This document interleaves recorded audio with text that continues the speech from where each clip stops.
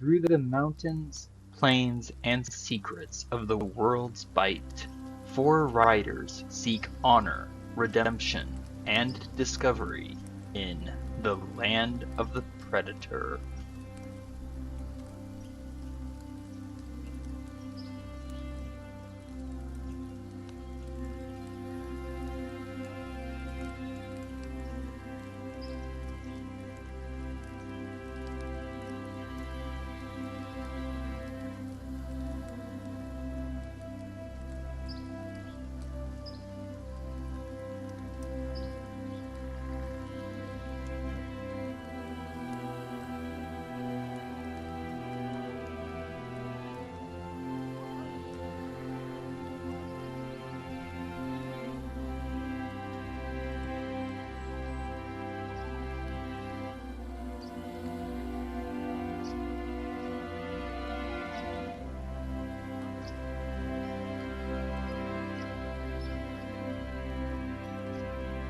In the shifting sands of the desert, Crusovian war tribes fight an unending war centered on four hidden holy sites.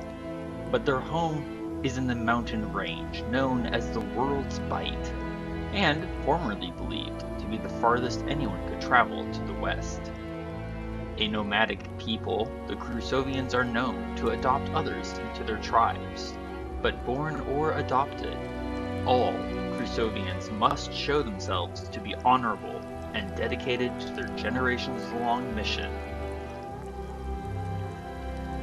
Day 23 of Teleth. The low-sunk swampland seemed to be known as the Low Swamplands, a region known for danger in shadows. According to some wandering traders we rescued, those who sleep in shadows sometimes disappear or lose parts of their bodies without a trace. I find this to be disturbing. We have set up camp after a dangerous battle, with several creatures carrying strange crystals that help to shield them from some harm. Marcus and Mordai seem very interested, and they have gathered a few and tested one. It exploded after a few minutes of Mordai blasting it with magic. I hope they will leave off for the night. I would personally like some rest, for now. Perhaps I should go forage and check the area with Grim.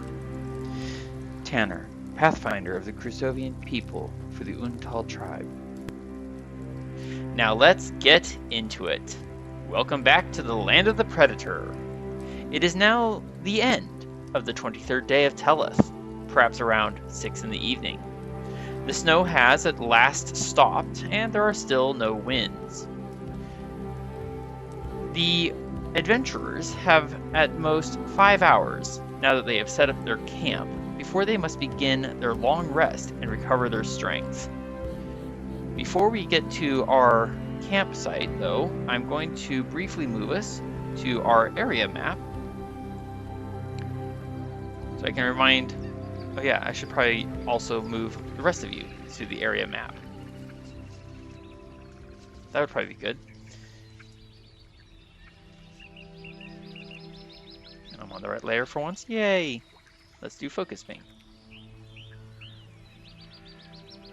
So, we had our battle at the riverside over yonder, roughly. Actually, I think it was right about here. And then we traveled for the rest of the day deeper into the swamps. We are making our way, slowly but surely, to this village. Oh, I guess you can't see it on... Let me redo this over here. We're making our way to this village. There we go. Which is currently about 18 miles away. Oops, that was different. We can travel 24 miles in a day. So we could conceivably get there the next day. The only question is how we're going to cross the swamp water. Make sense? Hello? Yeah, sorry. We can conceivably reach this South Village on the next day. Well, you said maybe 2 days, basically, it seems. No, so we're right here. We're setting up camp for the night. Tomorrow, we could conceivably get there approach. The only question being how to cross the water. Prior to stopping for camp, Tanner did use Primeval Awareness for a minute and discovered in... let's do this. Come on. Somewhere out in that general area, he had detected Fae and aberrations. And then we stopped and decided to set up camp for the night. So now, let's move to our campsite.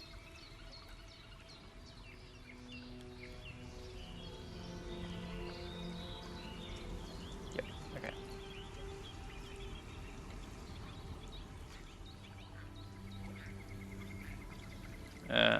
Let's go ahead and dump that.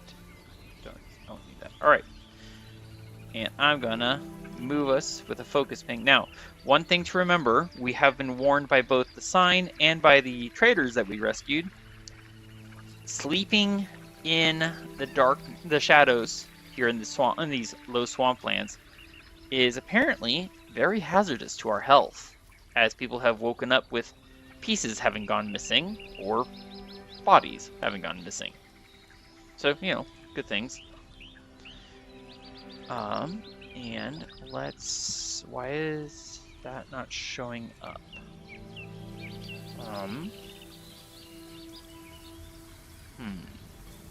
For some reason, Ghost's hit point value is not showing up for... Let's try this. Oh, it's showing up for me. There we go, now it's showing up on my end. Fantastic, okay. So, we are going to light an oil lamp, which I believe burns for 6 hours on 1 flask of oil. Mordai, the wagon sled has been unhitched from mount and has been left over there. We have set up our little camp in a small area between some lovely dark green pools of smelly, fetid swamp water. Throk, you are currently suffering from a level of exhaustion, having frenzied so much during the fighting, and Roscoe is feeling rather expended as well. The lamp light burns bright light for 15 feet and dim light for 30.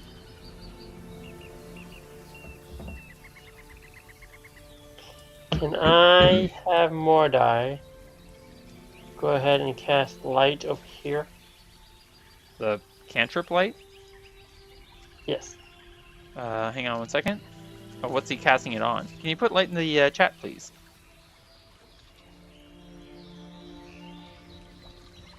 And where are you casting it?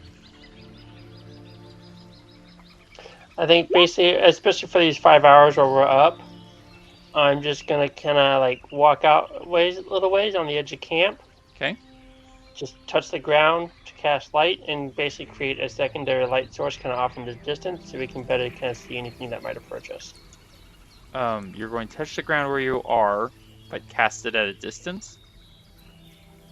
Well, I'm trying to create a light source out on the periphery of the camp so that we can see if anything starts approaching from there, basically. All right, and the light is 20 and 20. Yeah. 20 and 20. And so okay. for these, Did you want it to be did you want it to be any particular color or no? no, just light. Fair enough. So there you go, light cast. They should. Yeah. Just try to expand that out some. Can I select it? And it's good for Okay. 1 hour.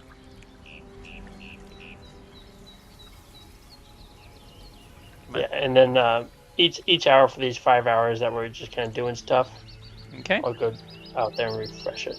Duly noted. All right, Roscoe, seeing natural recovery in the chat, I expect that you, sir, wish to meditate in the wilds and kind of regather some of your strength. Shh. Meditating right now. I take that as a yes. For the first hour, Tanner and Krim are going to move stealthily through the swamps, or at least one hopes they're going to move stealthily. Let's see how they do. stealth check.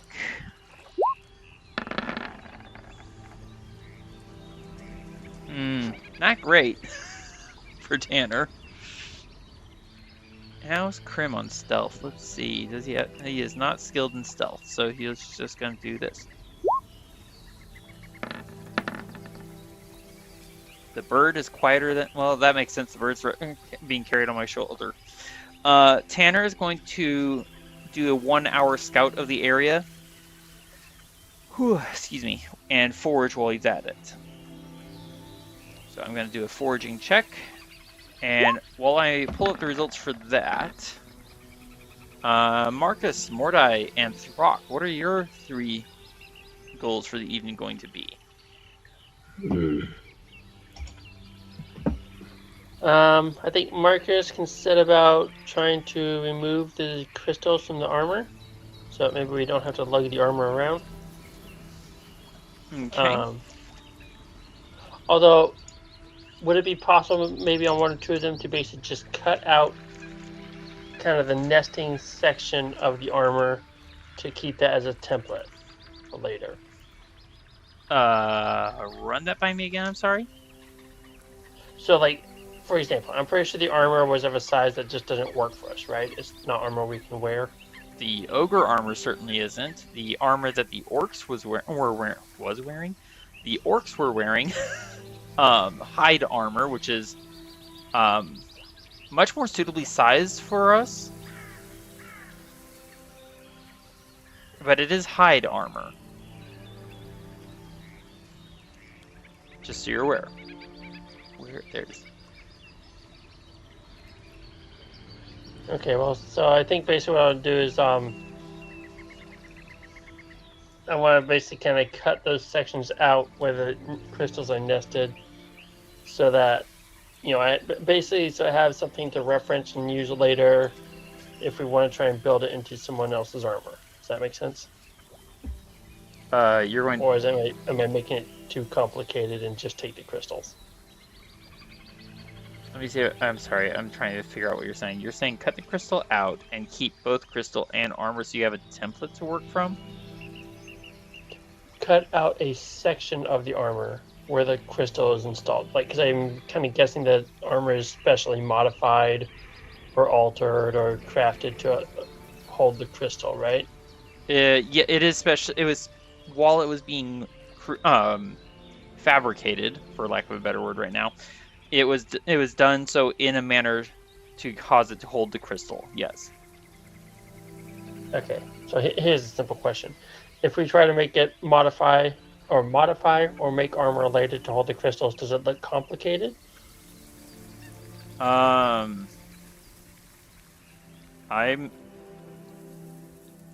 Give me an intelligence check with your smith's tools.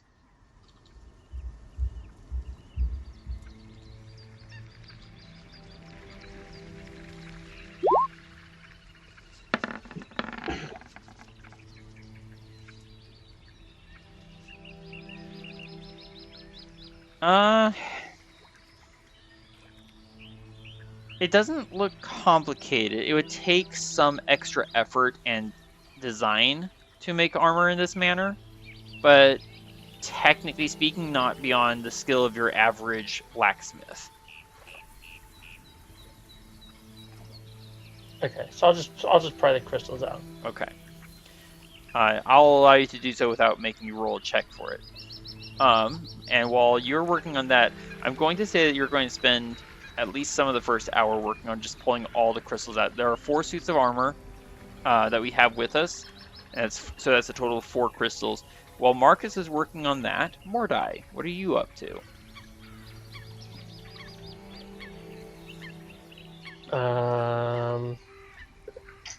Do I have material for making scrolls or potions? You have the staff that will let you make potions if you have the raw ingredients. And I believe it requires an Arcana check as well. So I will let you look at your staff and try and read through that for a moment and move to Throk. Throk, what are you up to?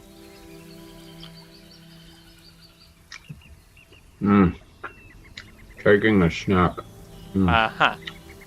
Thank you so much for sharing all of that. Nope. Oh. With that in mind, Tanner has succeeded on his survival check for foraging purposes. So I'm gonna I will roll d6 since Throk's busy eating, and both Marcus and Mordai are busy.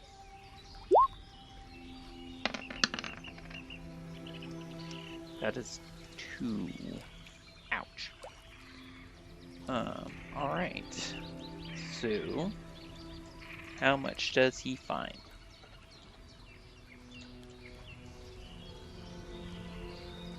I believe it's a 3 for Tanner. Yes, it is. I am excellent.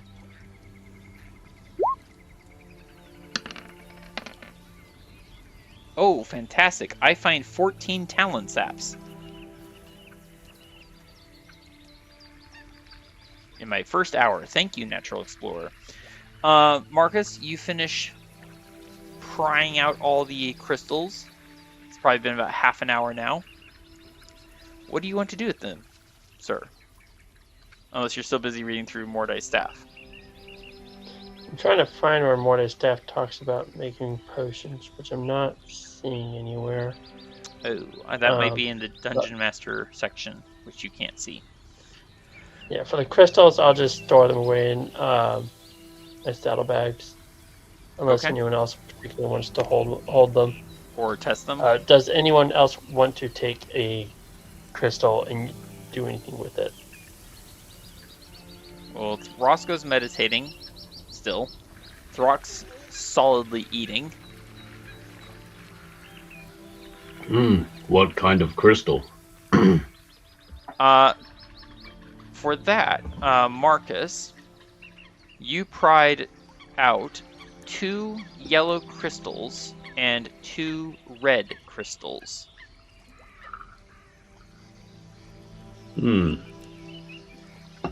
I'll take a red one.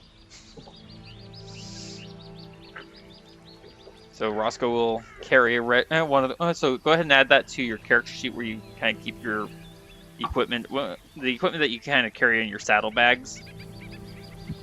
Throk, carry 1 red crystal. There you go.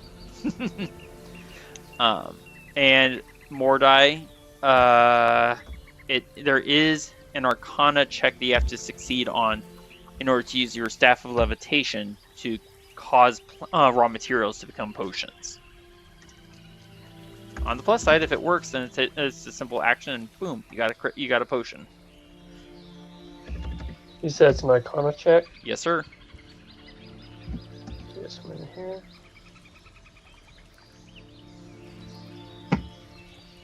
And also, you can't, Mordai, Marcus.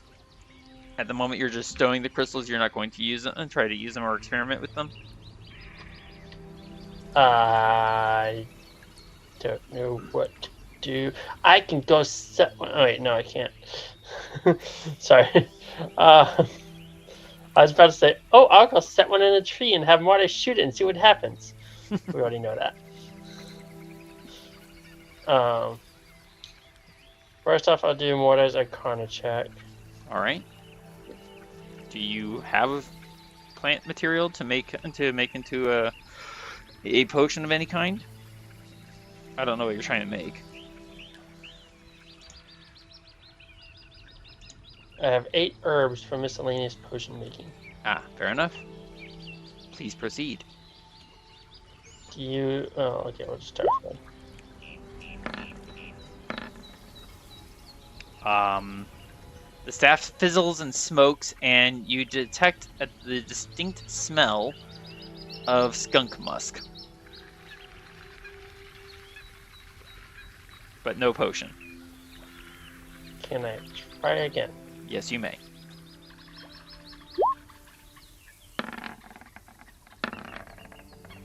Well, that's a success after the skunk stink eventually fades. You do try again. You can turn one of those samples into a potion. Please roll me.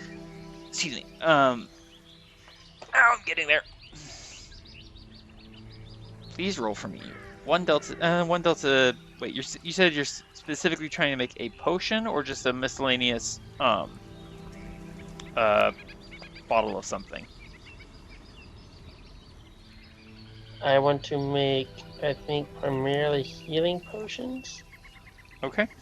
And let's see here.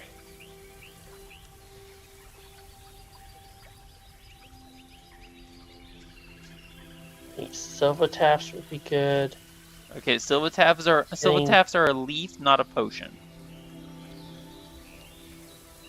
Okay, what would be my options for potions? For potion, well, you can make a hack and leaf brew. You can make acid, alchemist's fire.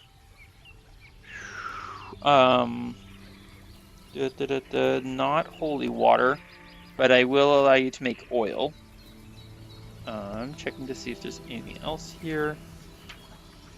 If you want to try for something other than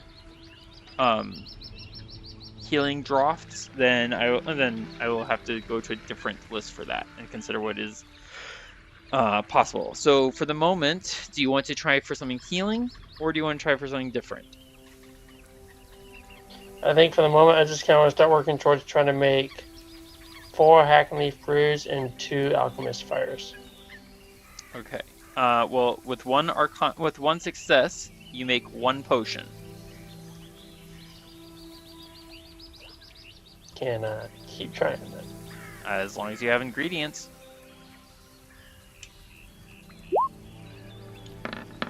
And that's 17. That gives you what, 1 hack and leaf brew then? You tell me. Well, I mean, you said you wanted 2 hack and leaf brews. 4 hack and leaf brews and 2 alchemist fires. I got it wrong. Okay. So the 17 is going to let you make 1 hack and leaf brew. The 4 gives you. There's a brief sort of like purplish spark and an owl hoot that seems to come out of the staff. Other than that, nothing happens. Boo.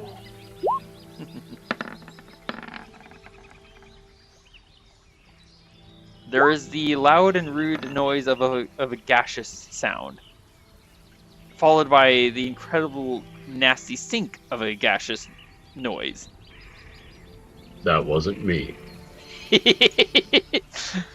Throk immediately clarifies before anyone even looks. Natural 20! I think thus far that means, I think you said earlier you had 5 samples of leaves? Or of raw 8. materials? Sorry, 8? Yeah. Okay. That is 2 successes so far, so we're going to have you stop there for a moment. And Roscoe, we have finished the first of 5 hours. You have recovered a 3rd level spell slot, sir, and you can come out of your meditation. If I must. I mean, that gaseous smell definitely helped bring you out of it. Smells like my sister. So many questions. No, she loved the natural scent of earthly perfumes, and wow, that one really hits the jackpot of, oh my gosh, what is that smell? And apparently, an odd taste of perfume scents. Anything Roscoe wants to do in the next hour, well, Tanner is going to do another survival check on his way back to camp. Well, I wouldn't mind completing another spell scroll. Ooh, dirty 20 for Tanner. I'm sorry for stepping on you there, Roscoe. I'd like to do another spell scroll of healing words so then I can have one of those handy. Okay, I believe our house rule is 8 hours per spell level for crafting spell scrolls. Oh, really? I believe I thought it was 4. I believe I think it's 8 hours. That sounds about right. Oh well. Other than that, You can start working on maybe one. I should try looking for plants and stuff because I need either what is it? More hacking leaf brew? There's another possibility. If Roscoe wants to spend 4 hours working on one, perhaps Marcus could help with the other 4 hours. Ooh, well, then Um, again, let's see. the problem with that Mordai is that Mordai's magic and Roscoe's magic are two very different types of magic. Mordai is Arcana, Roscoe is Divine. The two I don't... said Marcus. Oh, I misheard you. I'm sorry. I pay attention sometimes, sort of. Not really. Although I honestly don't know exactly what my type of magic is. For Marcus, it is Divine.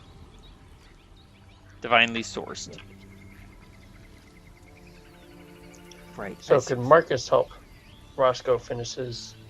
I missed what level of skull you're trying to make, but assuming it's a first level, could It's a Marcus first level. help him? Does Marcus have a first level spell slot? I don't believe he does. Although I thought Then the question I would have. then the question becomes: is Roscoe willing to spend a first level spell slot to make the spell scroll? Because the spell, in order to write a spell scroll, you have to spend a spell slot when you're of the level required. So someone has to spend a spell slot. I think I'd rather look for ingredients. All right. In that case, go ahead and give me a survival check while I go ahead and resolve Tanner's survival check. Yep. I think I'm gonna roll for that.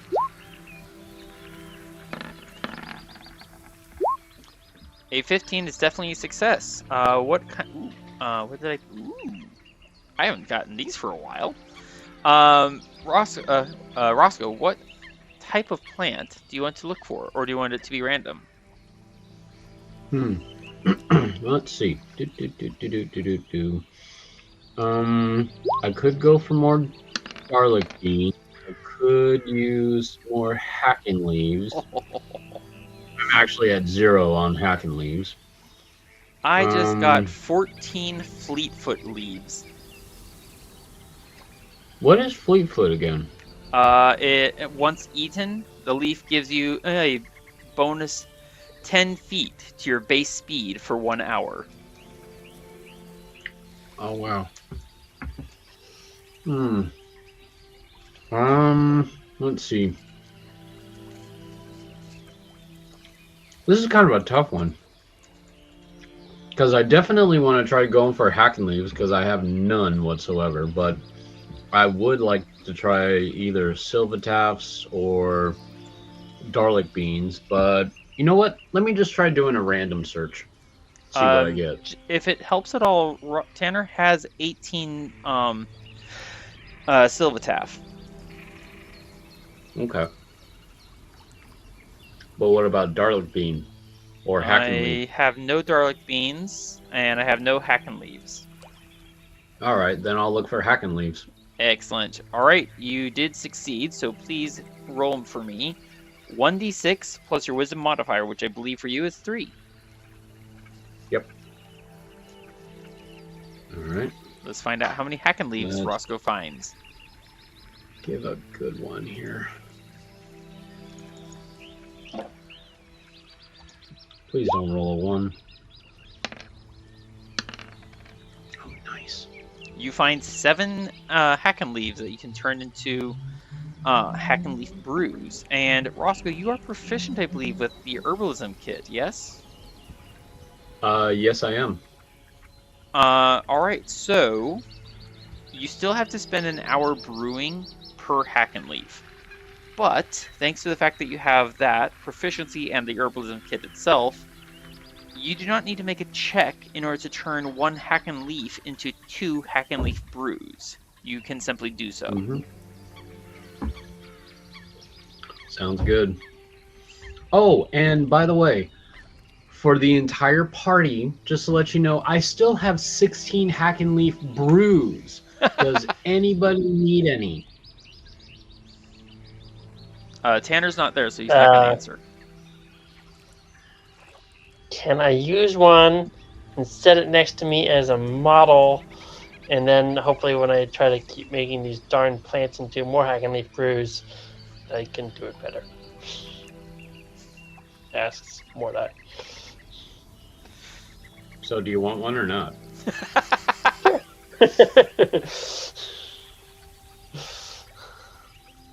That would be a yes. Okay, one for you, Mordai. I'm now down to 15. Anybody else need any? Throk? Let's see. I don't remember how many Throk has. Let's see. You know what? He only has 5. Okay. Well, I'm gonna give him a total of 8. So I will then take 3 more away from here. So I've got 12. 12 hack and leaf brews. Okay. If you don't mind, We'll have a chance to oh, sorry. Oh yeah. I was gonna say, if you don't mind, I'll actually take another 2 for Marcus and 2 for Mordai as well, if you don't mind. Hack and leaf? Yes, please. Alright. So 2 for Mordai and 2 for Marcus? Yes, please. Alright, so that will be a total of 8 left in my satchel. Alright. If this was anybody else and I opened up my own shop or something, I'd be making business. So that is the... Basically, we're in the second of the 5 hours right now. We've finished one. We're in the second. Roscoe, did you want to use some of the time to go ahead and start brewing some hack and leaf brews from the 7 leaves you just found? Yes, but could I ask Marcus if I could have 3 more Silvataps, if possible? Let me take a look. Because didn't you say that he had like 16 or 13 or something like that? Tanner has 18, No. but Tanner is not currently in the camp. He is currently scouting the region. Oh, that's what it is. Okay, Tanner has it. All right, sorry. One very Yep, nice. I Marcus will only has- attack. What? I apologize. We Marcus- all started talking at once. Yeah, Marcus only has 1 left. Although perhaps what I can do is actually I can have Mordai start working on another 2 Silvataps and another 2 Alchemist Fires. Okay. Wait, you're going to have Marcus work on that? Mordai. Although, actually, come to think of it, we already answered the question, and no, he's not able to make Silvataps. So never mind on that part.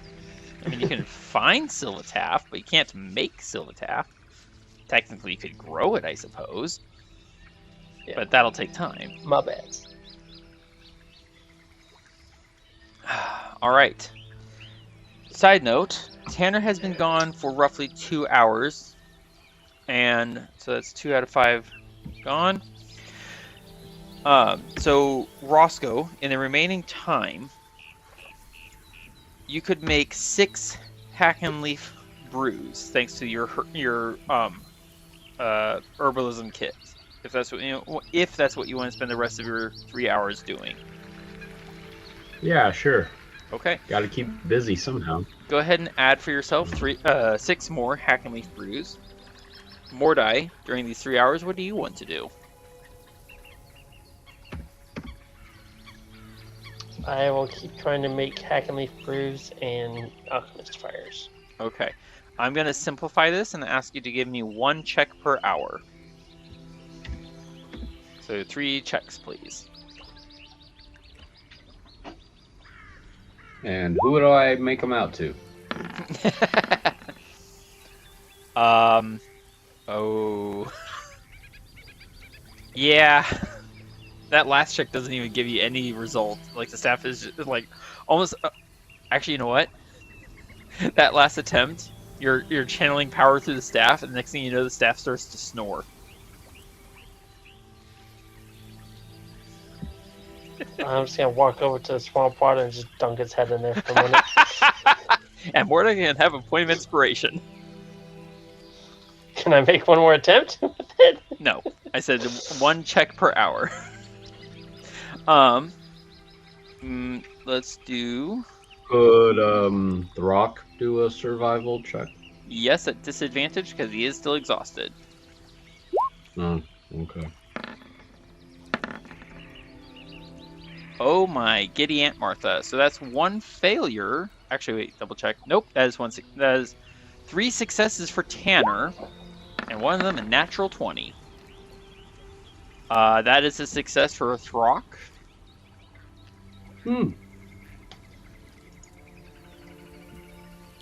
So what did I find? I don't know. Do you want to look for anything random, or do you want to look for something specific? I want to say he ended up finding something just completely, totally at random. But, yeah, actually, let's go for something totally random. Okay. Roll for me. 2, 3, 4, 5, 6. Roll for me a d6, please.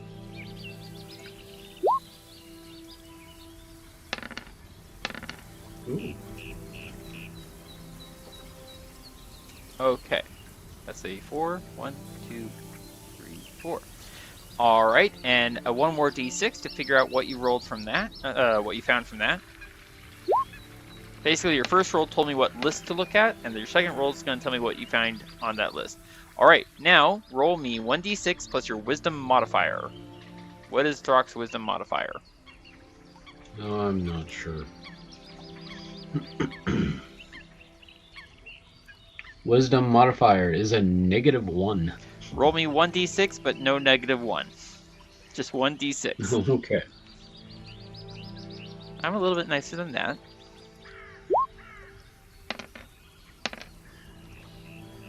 You find, sir, 5 heart sands. What? No way.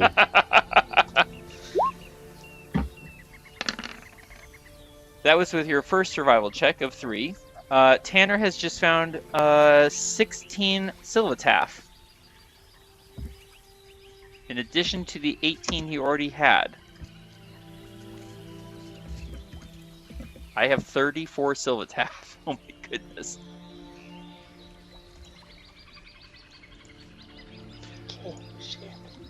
Well, I'm not back at camp yet. When I'm back at camp, we can discuss it. So Tanner's still scouting. This is basically he's spending the entire 5 hours just wandering the swampland entirely alone. That was a heck of a lag. Good grief.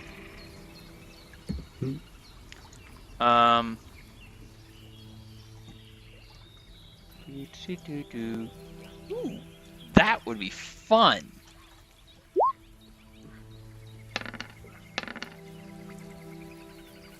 Ooh, okay, okay.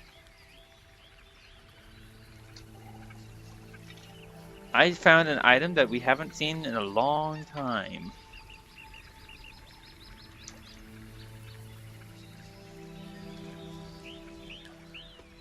For example, I think the last time we actually saw it in action was during our first campaign. I found 12 glowstones.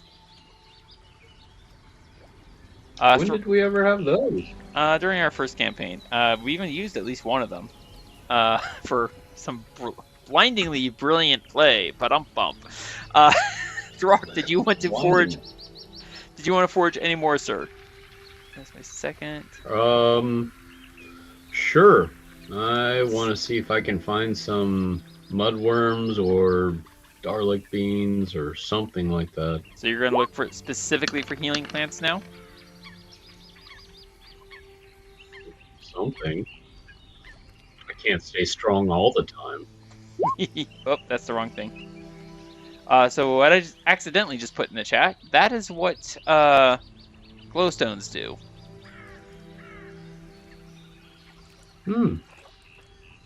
Have one of those attached to my belt, and I won't be afraid of the dark anymore.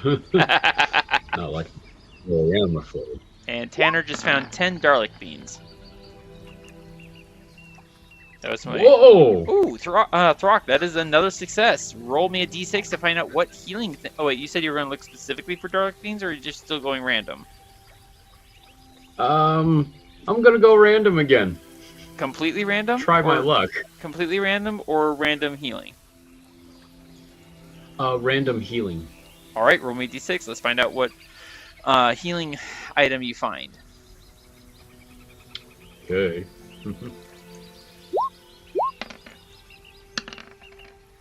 Oh gosh. That's actually a reroll. Reroll, sir.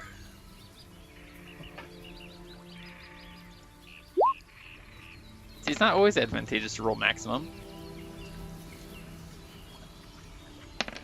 A 3 is garlic beans. Please roll me 1d6 to see how many garlic beans you find. Yay! More than 2. Fingers crossed for you, sir. Yes! You find 5 garlic beans! By the way, this is with you being all exhausted and stuff. Oh, my head. Throk, did you want to give one more survival check in our final hour before we turn in for the night? 3's a charm. My fingers and toes are crossed for you, but not my legs or arms. Oh, nat 1. Maybe I should have crossed my arms and legs for you, but oh well. Oh, my head. Throk's like, oh, I found so many great things! Ooh, bed! Oh, bad. Yes. Where's my pipe and leaves? You can actually sit down and smoke before you, if you wish to do so before you turn in for the night. As you light up your pipe, which coincidentally you could ask Roscoe to help you with. Here you go, buddy. Thanks. Your little brother, the pipe smoker. Throk, are you going to try and learn how to blow smoke rings? Sure. Give me a constitution check, but since you're exhausted, it's still at disadvantage. As you do so, Tanner's going to come back into camp, and Tanner looks a little odd.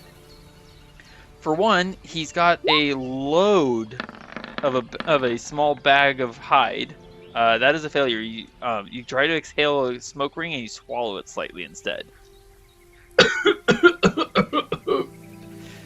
Tanner has quite the load of silvataffs, but over his other arm are draped several poisonous-looking snakes that are all quite dead.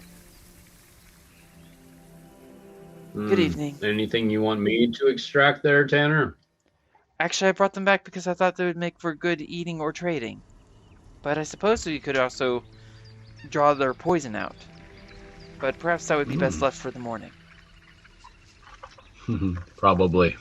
Now, note, Roscoe, you have an herbalism kit. You don't have a poisoner's kit. Oh, but you can still. You can repurpose some of the tools, to help you extract poison, but since you don't have an exact one-to-one, I'll be requiring ability checks. Oh, I gotta try sometime. Indeed, I have a few silvataffs, which are quite useful for recovering magical energy. I have actually used a few already. I have used 3 to recover 3 first level spell slots, so I have 31 silvataffs remaining. Roscoe, Mordai, and Marcus, would either of you want some? May I have 5? You certainly may. Oh, thank you. What was that, Marcus? You're asking if we would like some silvataffs? Yes. Yes, please. I will... 26 remaining. How many do you have? 26. 26 remaining? Well, I ate 3 and Roscoe took 5. Sorry? What was that? If that's an option, I'll take a good solid 9 of them. Okay. 11 of them? How much are you willing to share? I'm sharing whatever you want from them. Sorry, hold on, let me double check here. You got 26 still remaining? Yes.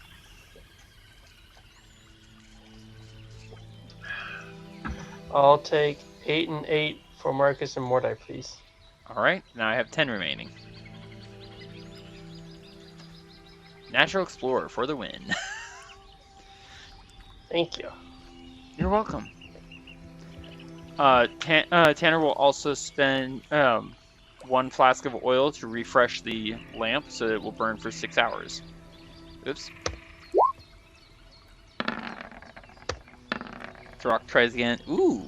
Throk, you blow out a perfect triple ring, one within the other. Hey.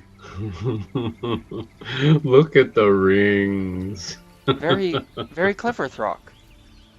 And since we're getting ready to bed down for the night, no. Throk's Tanner is going to cast one more spell. Gosh, I think he really needs some sleep. Maybe you should put the pipe out, dude. Actually, all things considered, Throk's getting very relaxed with that smoke. Yeah, a little too relaxed. Marcus, did you want to change the rest order at all? Oh, and Roscoe, if you wanted, you could spend some hit dice to recover some hit points as a result of your short rest. I should have mentioned that earlier, and I forgot. Sorry. Oh, sure. So spend and roll hit dice, please, for Roscoe. You recover 3 hit points, sir. And Tanner casts Dark Vision on himself. Ooh, that's a good roll. That's much better. That basically brings me almost all the way up to full health. Nice. Did Marcus take a short rest at all during the 5 hours? Sorry, speak up, please. And, I mean, sure, he may as well have. I think he had enough time, right? He had 5 hours. That's enough for 1 hour. I'm not being snarky. Well, I mean, he was doing other stuff. Well, no, because he didn't help the school making. Spent 1 hour on the gym, so he has 4 hours. I'll take 1 hour for short rest, sure. That will recover your channel divinity and give you some hit dice to roll. I think you're already solid. Yeah, that kind of. I don't think you need to roll again. Alright, with that in mind, Marcus, did you want to set the watch order? Or are we going to continue as our normal schedule? May as well start with that. I'm sorry? Said may as well do that. Okay. Marcus, you are Leave it up. as is. You are up for the first watch. As everyone else beds down to sleep, please give me a perception check.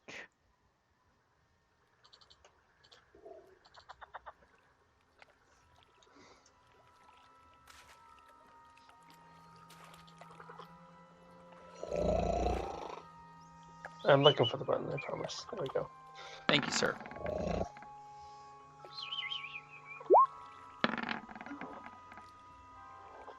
Eventually it'll stop rolling. A 17. The night seems surprisingly alive for it being so deep in the dead of winter. You can hear the various crickets and a few sounds of bugs skimming over water. It's surprisingly clear, the number of things that you can hear. Oh, that was the splash of something snatching a bug off the surface of the water. Apparently, a fish just had its dinner, or breakfast, as the case may be. Your first hour passes seemingly uneventfully. As mist starts to wreathe and writhe from the water, the temperature has dropped to about 10 degrees. It is rather cold. One more perception check for Marcus, please.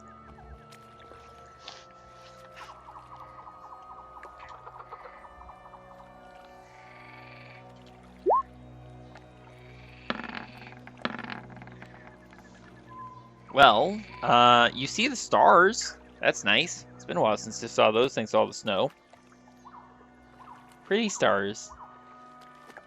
And apparently distracting stars.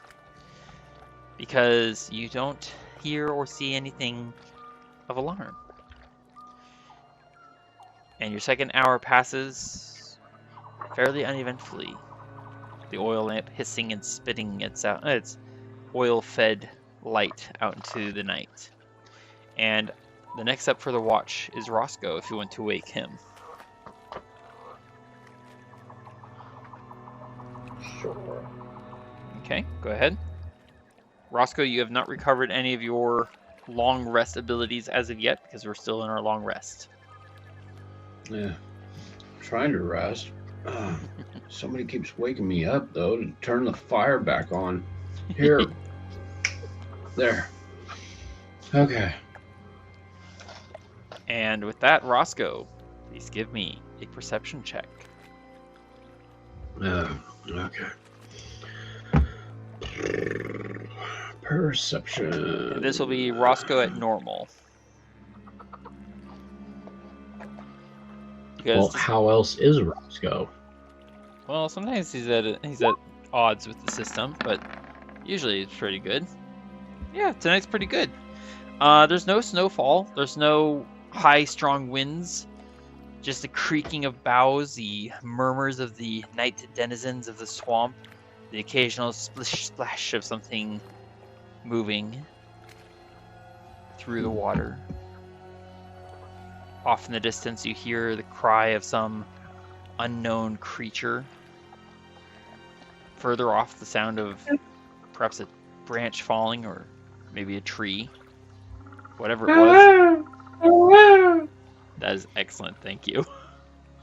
You hear something that gives a great big wooden crash splash type of sound, so it could have been a tree branch falling, or perhaps a tree.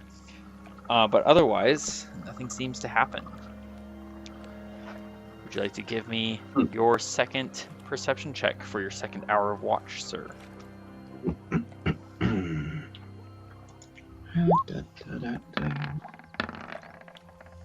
A 22. I'm in tune with nature. Yeah, very much so. You definitely hear the sounds of night bugs scritching and scratching through the trees. You're relatively certain you heard... Was that a footfall? Perhaps of a night predator? Maybe. Something like that. Maybe a dragonfly buzzing through my head. But beyond the radiance of the torchlight, it's difficult to see anything.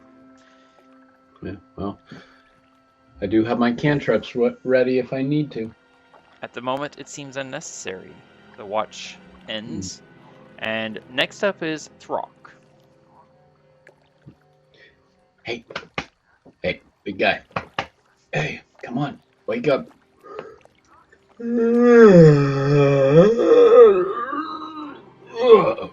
Big yawn My for the turn big to fella. watch. Okay, I watch. What do I do? Throk, You watch. Okay. You are still at one level of exhaustion until 7 a.m. So please give me your perception check at disadvantage.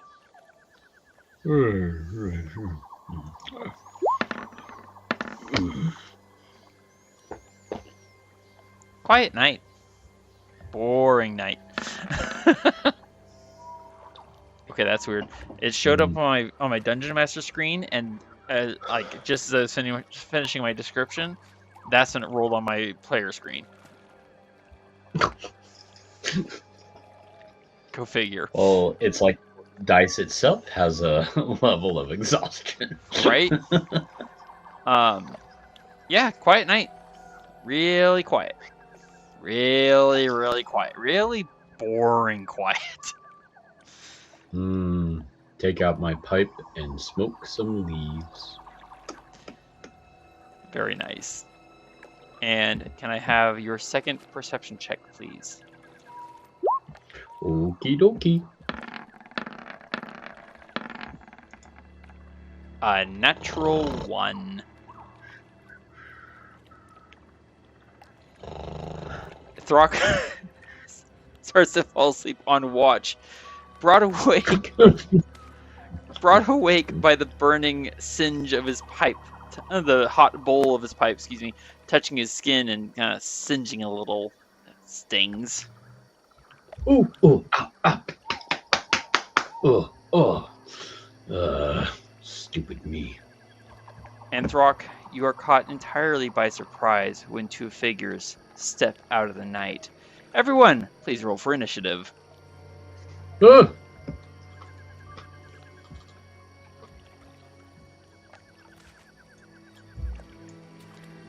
So that means that for us, we are going to, all of us, be surprised.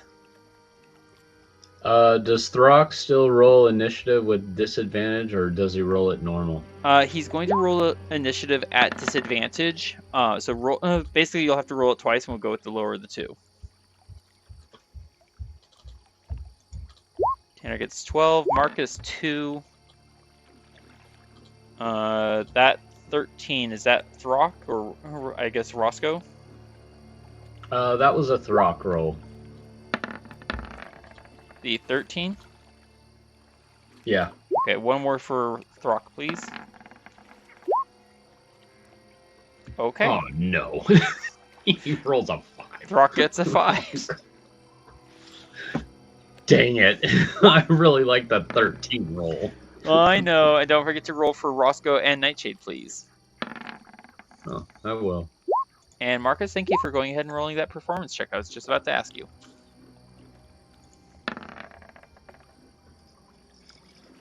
Seeing as how you got a 19 and they got a 19, Marcus, I am going to give player favor here, and I'm going to bump that to a 20 for you.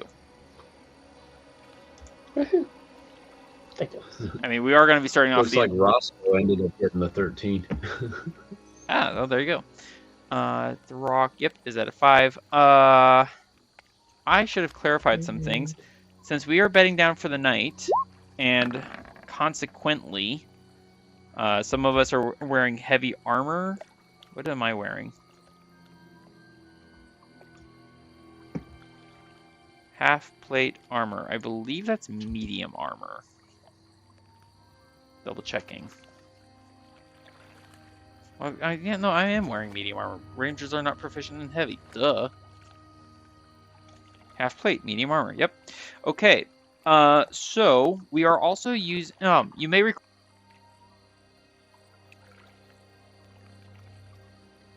What? You have editing to do? No. Rude. Okay, I apologize, everyone. I'm just gonna try and stop using that browser because it's always causing me problems. Very quickly and brief, Marcus. We're using Xanathar's Guide to Everything Rest variant rules. So for those who wear medium and heavy armor, if you wear such armor when you sleep, you only recover a quarter of your hit dice spent, but you only spent 1 hit dice. So whether you wear heavy armor, or whether you wear your armor to bed or not, you're still going to recover your 1 hit dice. So it doesn't really matter for this camp session.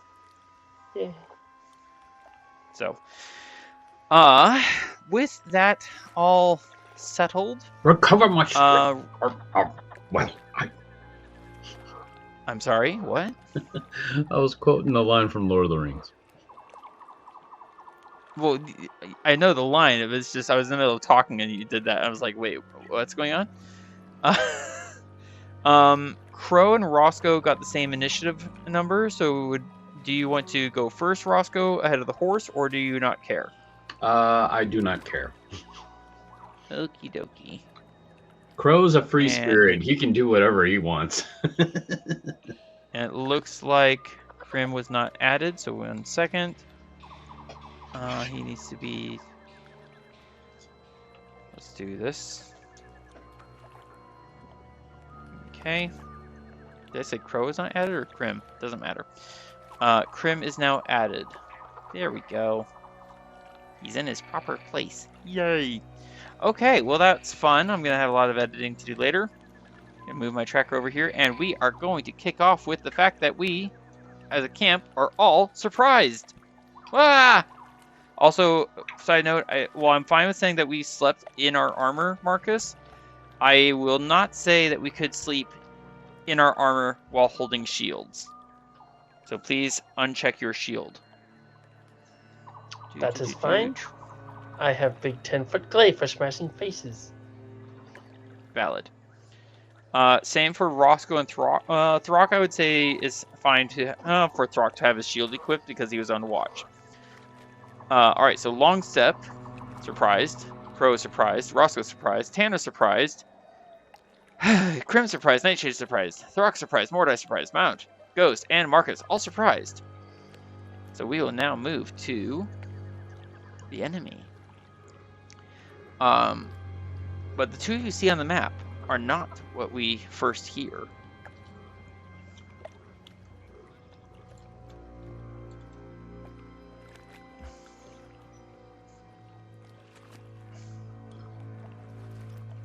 Because this fella is going to come thundering on up.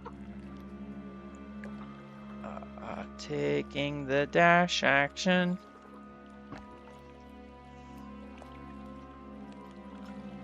Eventually he'll get there. Wow, my browser's going slow. What the hey? The red horse of the apocalypse. I was going for Bay, but yeah, I guess that works too.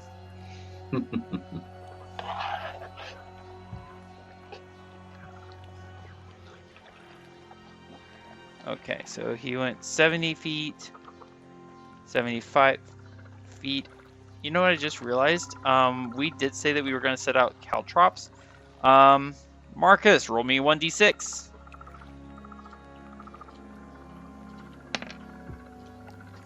And I forgot to set caltrops on the map, even though I made multiple notes to myself to do so this week, and I'm sorry I forgot. Okay, so that is going to be... where is it?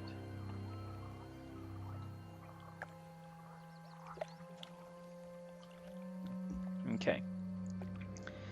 So, that horse must make... there.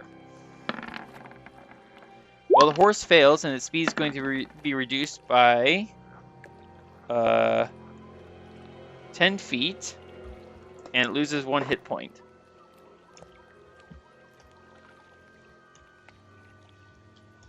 And I believe it stops for this turn. The fellow riding the horse is a burly-looking man wearing plate armor, carrying a shield, and rather worryingly, a lance. And since you're prone, he only gets advantage if he's within 5 feet of you, I believe. Within 5 feet. Prone. Yep, he has to be within 5 feet of you.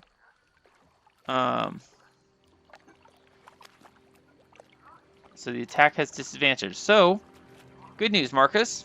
He's going to attack you, but he's attacking you at disadvantage because he didn't get as close as he wanted to get.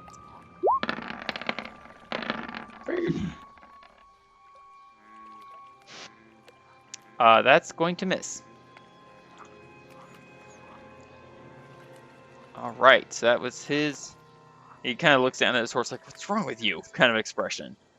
Because the horse is now going to come to a dead stop. Here we go.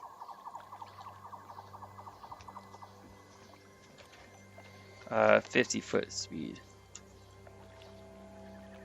Save. There we go. Alright.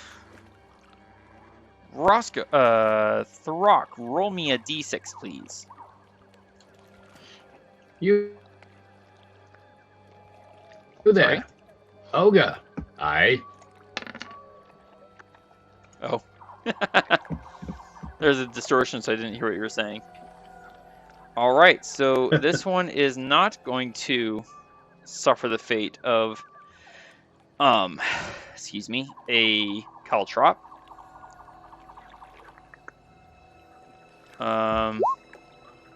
Either way, he's going to be at disadvantage, so he's going to come right here. Eventually. Come on. There. And he's going to attack Tanner with his lance. Ah! Oh, yep, good. Still at disadvantage. Which saves Tanner from getting crit, although he is wearing his adamantine armor, so it wouldn't have mattered. Tanner is going to take 11 points of piercing damage. Eventually, when everything catches up. My goodness, the lag. What is going on here? Tanner, look out! Too late! Ouch!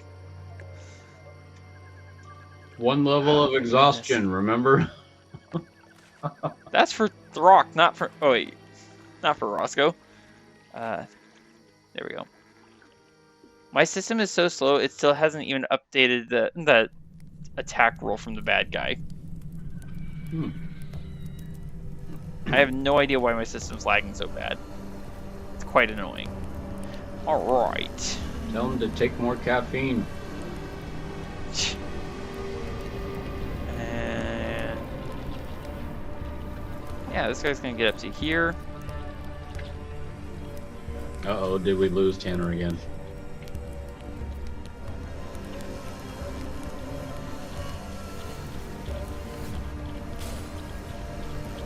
Oh, you want me to do it? No.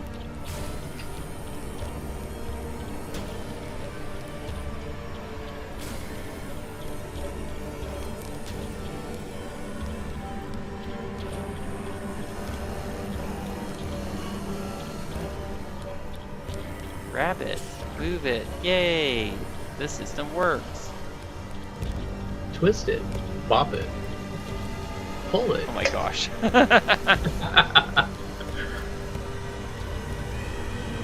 Okay, I'm gonna try and open up my character sheets again. Hopefully it won't weird out on me.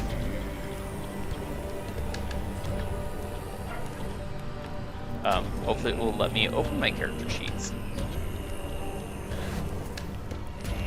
What is going on?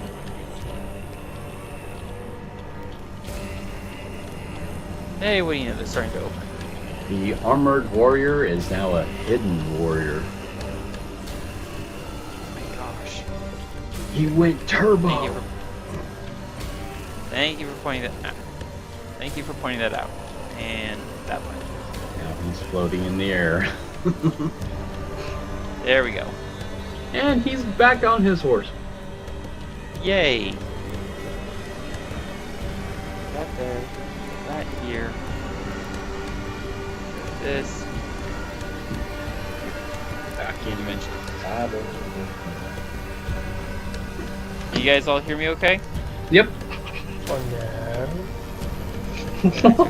Damage? Yeah, fair. I'm trying. You're fine. Yeah, that was a joke. That's not meant to be anything serious. That was an awesome Yeah. joke. Yeah, I do apologize. Yeah, but that was like harsh. That was not meant to be harsh. It's just because I'm frustrated because my system is being so weird. I have no idea why it's being so slow like this. Yeah, Shouldn't be, sorry. but it is. For whatever reason, I cannot edit my hit points yet, so I will just have to try and remember that I took 11 points of damage. Yay! Right, this guy's turn.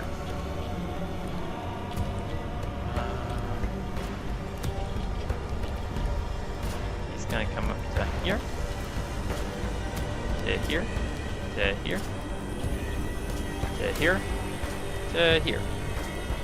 And he did have to dash to get there. So, you know what? He's just gonna go right there. I can menace 3 people.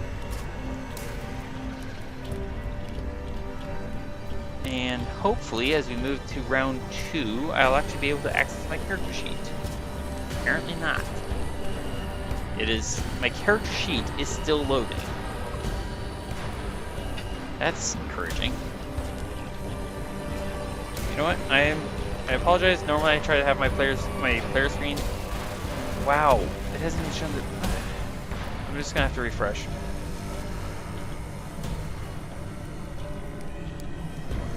So we will kick back into combat. Top of round 2, we are no longer surprised. Long Step is going to scream in fury, move forward, and attack the enemy warhorse. Nice. When I have his character sheet open, then he will attack. Here we go. And on normal, good. Move attack. He stomps at the enemy.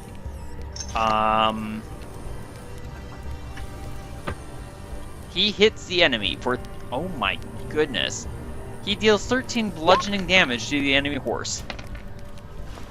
Ow! And he's mad. Oh yeah, he's pretty mad. It doesn't look like the health bar is showing up for the enemy horses. That's annoying. Save. C. Save. There we go. That's what Longstep did to that horse.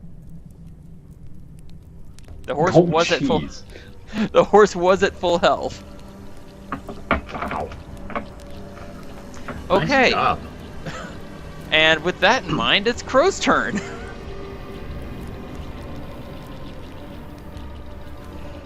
Gosh. What would Crow like to do? He wants to join in the fun. That makes sense. And there happens to be someone right nearby.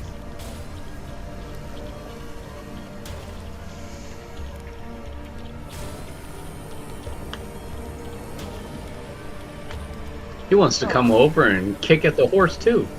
Alrighty. Then he can kick away. All right. Hooves. Here we go. That is a 9 to hit, and unfortunately Crow slips in the mud and spends his time trying to recover his balance, and kind of tosses his head and shakes out his mane like, oh, come on. Roscoe, you are currently prone, lying on the ground. There's a hulking fellow in armor above you, wielding a shield and armor and double checking. A spear. It looks like it's going to be one of those knights. Yeah, I'm going to, since I'm right next to Nightshade, I'm going to mount onto Nightshade. That will trigger an attack of opportunity. No, he was only 10 feet away from me. No, it's this fellow right here. Oh! Okay, fine. Do you want to trigger an attack of opportunity or no? Oh, great. Nice. No, it doesn't matter. Okay. Oh, it's up to you. Do you want to move? Do you want to equip your shield? Do you want to disengage? What would you like to do? Just equip my shield. Okay. That takes your action. Do you want to stay where you? Do you want to stand up from prone? Because remember that takes half your yeah. movement. Okay. Good idea. Oh man.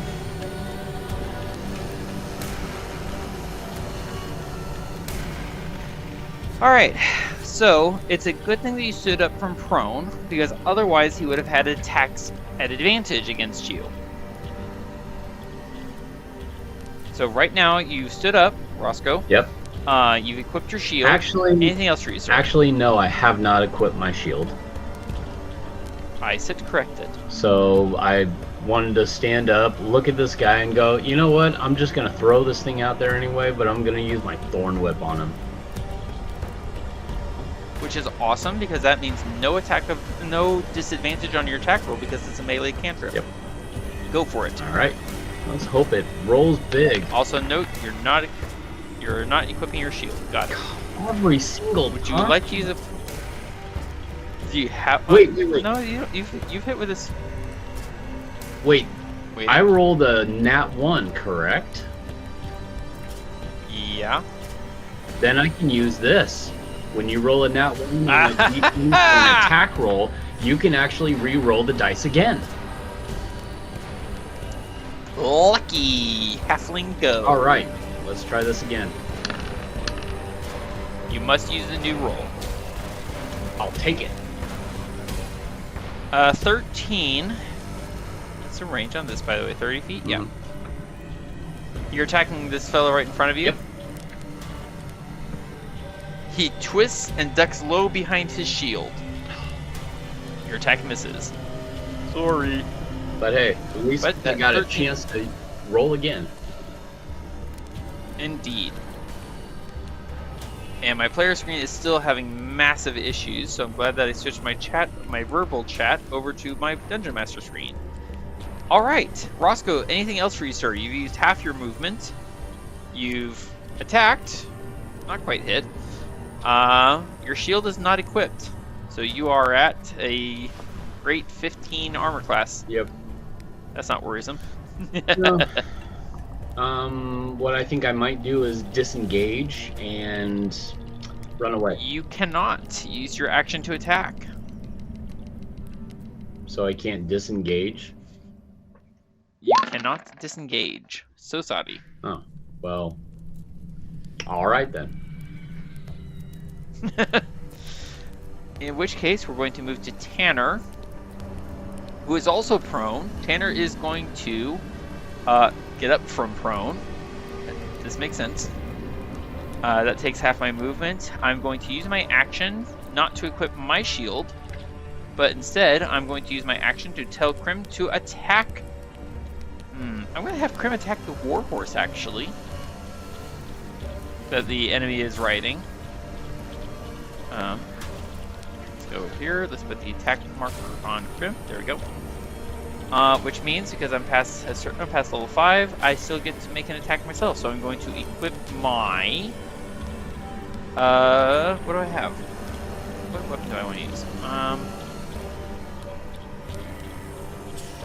Using that would... See, if I target here, will that hurt anyone? If you linger, circle. 5-foot radius. Oh, what do you know? So basically, I stand up from prone. I'm going to cast a second level spell slot. No, I'm not. I'm going to cast a first level spell slot because I don't have any second level spells. So I cast that as my bonus action, and I'm going to draw and throw a javelin at that horse. The enemy horse. I crit. Can you also hear me, by the way? Yes. Okay, good. Yes. Dex save for the horse, and dex save for the armored rider. They're both going to fail. So, who would like to roll for me? 1, Delta 10. Piercing damage from Hail of Thorns.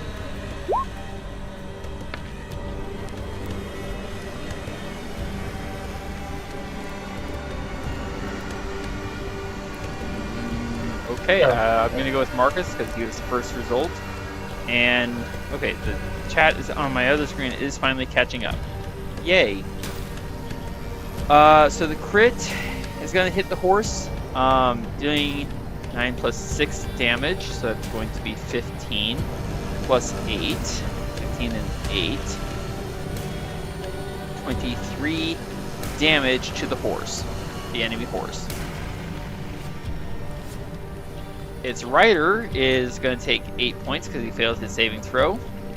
Throk, would you please roll for me 1 Delta 6, sir?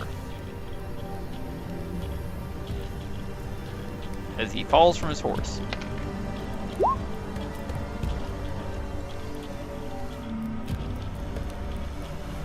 Thank you muchly. He's going to take an additional 2 points of damage and land prone. So Krim is now going to fly on over, and with advantage thanks to him being prone, attack. Stab with his mighty beak.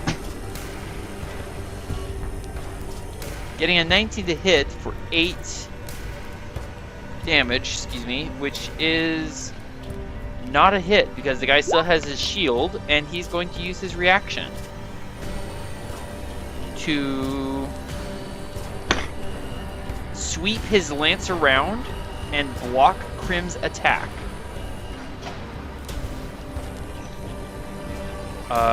Seeing all that, Tanner will use the rest of his movement to mount up onto Longstep.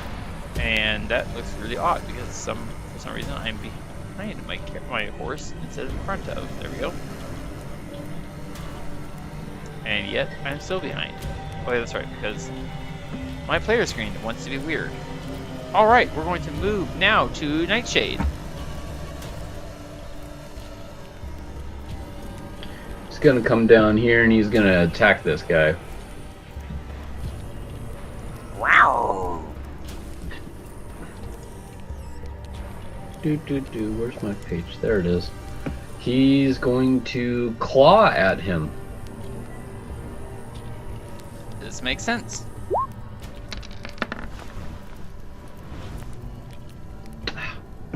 Not going to work. He is flanking with Mordai. Oh, really? I think what Marcus and I have discussed regarding the flanking rules applies, but for the sake of just being good about this, if you'll have him move just one square further over, then yes. Okay. And then I'll just roll again for advantage sake. Yes. Perfect. Thank you. I like those odds now. 18. Let's check. He sees the panther coming and sweeps his spear around in a quick circle, knocking Nightshade's claws aside. He parries. That's not fair. I know, rude, right? Throk! It is now your turn, sir. Wow, what is wrong with my system? Well, let's see. I'm at disadvantage, but I'm flanking, so that puts me at normal, I'm guessing. If you would be so kind as to move one square up so that you are flanking him with Roscoe, then yes. You would also have to stand up. Okay.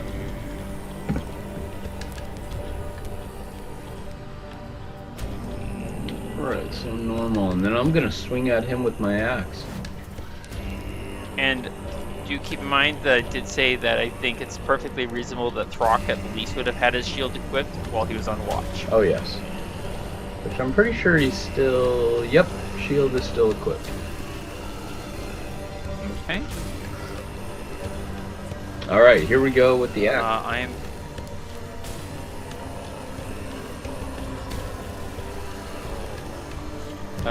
13.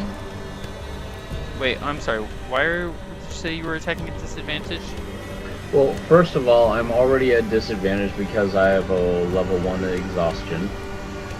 That's only for ability checks, not for attack rolls. Oh, now he says it. I misheard you. Let me roll another one just for the advantage results. Thank you very much. My system is going crazy. And since 13 is a miss...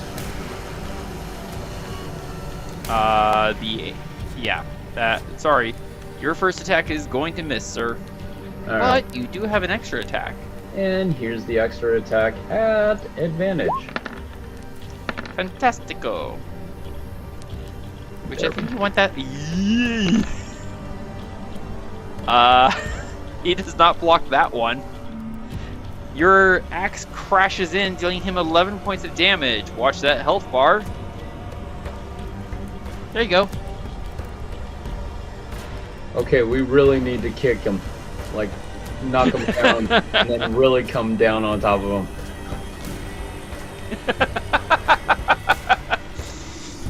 Alright, Throk, that was your attack, your extra attack. Anything else for you, sir? No. Alrighty. Mordai. Well, actually. How many rages do I have one more rage left. Did you want to use it? You know what? I will, for bonus action, I will use my rage. You are raging. I might caution you about the idea of I won't. frenzy, but that's up to you on your next turn. I won't. Only because I really don't want to use any more exhaustion levels. Fair enough. Mordai, are you there, sir?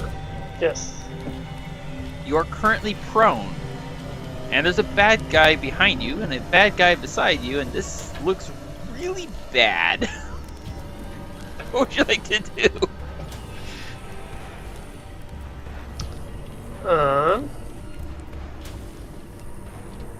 Yes, bad.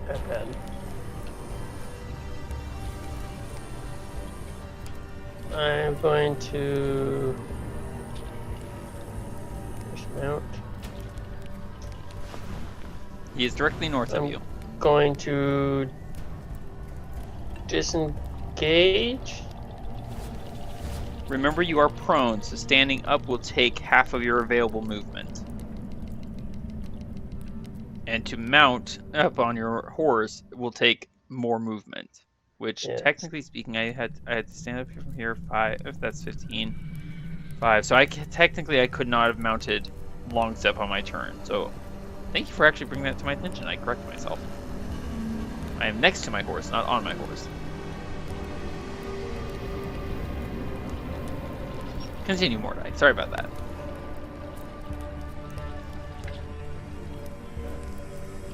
Sorry, I'm trying to think it through real quick, actually. You are not allowed to think. You must act. I'm going to start by just standing up, actually. Okay. And I'm going to take out my wand and blast this guy with magic missile. That makes sense. There, I thought to add the caltrops in other locations, which I do apologize for not having added them before. All 3 darts to the same target, yes? Sure.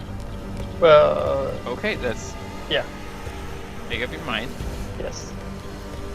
Okay, that's 4, 8, 12 points of damage to the one target. Watch that health bar. Yeah, There you go. So that was half your movement, your action. What else would you like to do, Mordai? Cringe and fear. Valid. Anything else for you, sir? I think I'll end it here for now. All right, Mount is up next. What would you like Mount to do? Attack! Attack! Attack! I have Mount come down here. And just go ahead and try to kick this fella. Go ahead and click on the hooves button. Ow, this hurts. I do.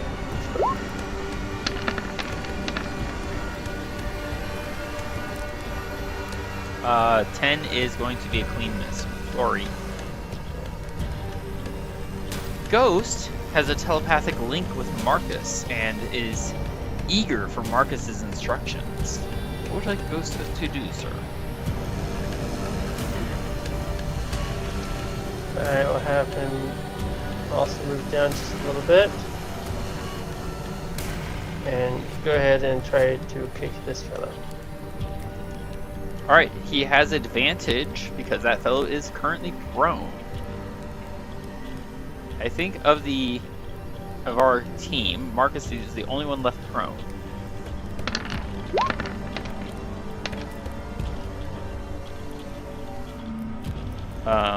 One more time because of advantage. I did hit it twice. That's why I got the negatives. Oh! 7 and then 12. I see that. Yeah, the natural 1 or 12, okay. The 12 is going to miss, I'm sorry. Yeah. But, we now move to Marcus, I'm who gonna is prone. jump up, and then I'm going to climb up on Mount. Or Excellent. Ghost. So you stand, yes. That will complete all of Marcus's movement. I assume you are now taking control of Ghost. Yes.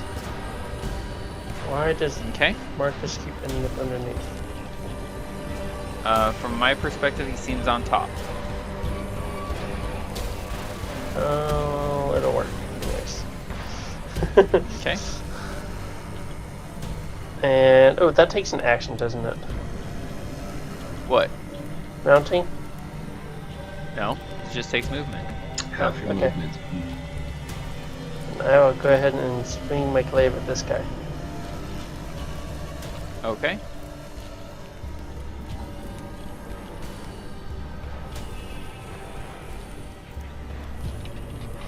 You have advantage on the attack, sir. Dare you enter our camp? And I will Well, that's also a critical smite. hit. Oh, I thought boy. you were out of first. I thought you were out of spell slots. I was checking earlier because I wasn't sure, but I actually do still have a first level smite. Or I did. Okay. You should not have had the radiant on because you did not bonus action cast divine favor. Oh, darn. You're right. So please check that off for I my have- own future reference. That 2 + 4 is not supposed to be there, but you do still hit with 6 + 10, so that's As- 16 right there, and you were going to smite as well. As a quick note, actually, could I have happily cast bonus action cast divine favor anyways? Because I would like to do that anyways. No, I can't. Darn it. Did you just say darns? Darn. I was just realizing like I wanted to use multiple first level spells and I only have the one. You know what? Yeah. I have bonus action cast my divine favor, and then I will use a second level smite.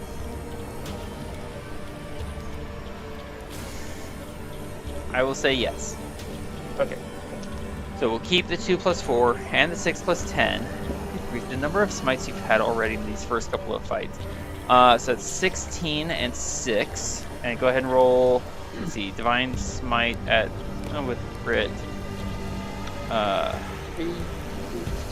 It's gonna be 3d8.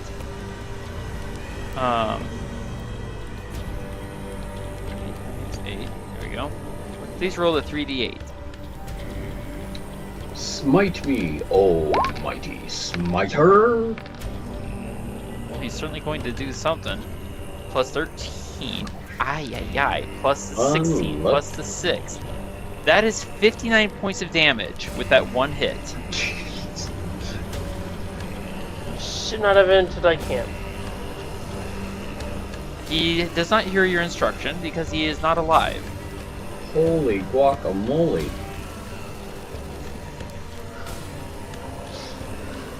And then I will spin No. around and I will use my action extra attack to attack.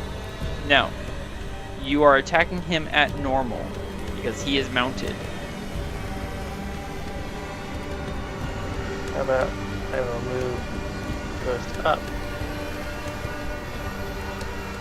And then I will attack.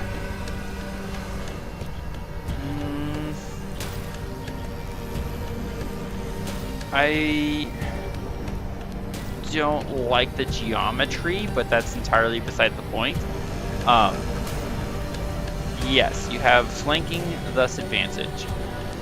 Although I don't, yeah, whatever. I mean, it's Go about as for it. opposite as it gets. That's not what I was. That's not what I was referring to. Go for the attack at advantage, sir.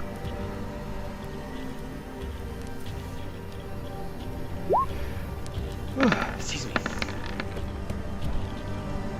I will attack horse. You're going to attack the horse. Okay. Why did you not? Did you turn your divine favor off? How did Please roll me a 1d4 for radiant damage from divine favor, sir. that happen? That's 14 from the glaive and 2 from the divine favor. So that's a total of 16. You use your bonus action to cast the spell, so you do not get to use it for Polar Master. Well, that was a lot. Anything else for you, Marcus?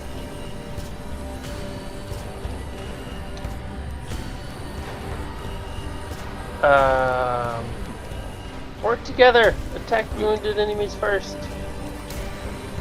Fair enough. Speaking of, it is now the wounded enemy's turn. He twists his horse around, and he is going to thrust his own lance at you, sir. Define wounded. I get a 14 to hit you, sir. That will miss. Alright, then. Is your armor class 20 even without the shield? Yeah. Okay. Then he will use his second attack and attack you again with his lance. That misses. Slap it aside. You Nice. fool, you have strayed onto dangerous ground. You shall pay. This fellow right here grabs Mount's mane and pulls himself up onto the saddle. Or onto the back of Mount. What the? Yelling in Goblin, "Ha ha! Free horse!" He is now going to swing down at you, Mordai. Advantage. No, because he does not have the mounted combatant feat. He is attacking at normal. I'm so glad you realized this, sir. There we go.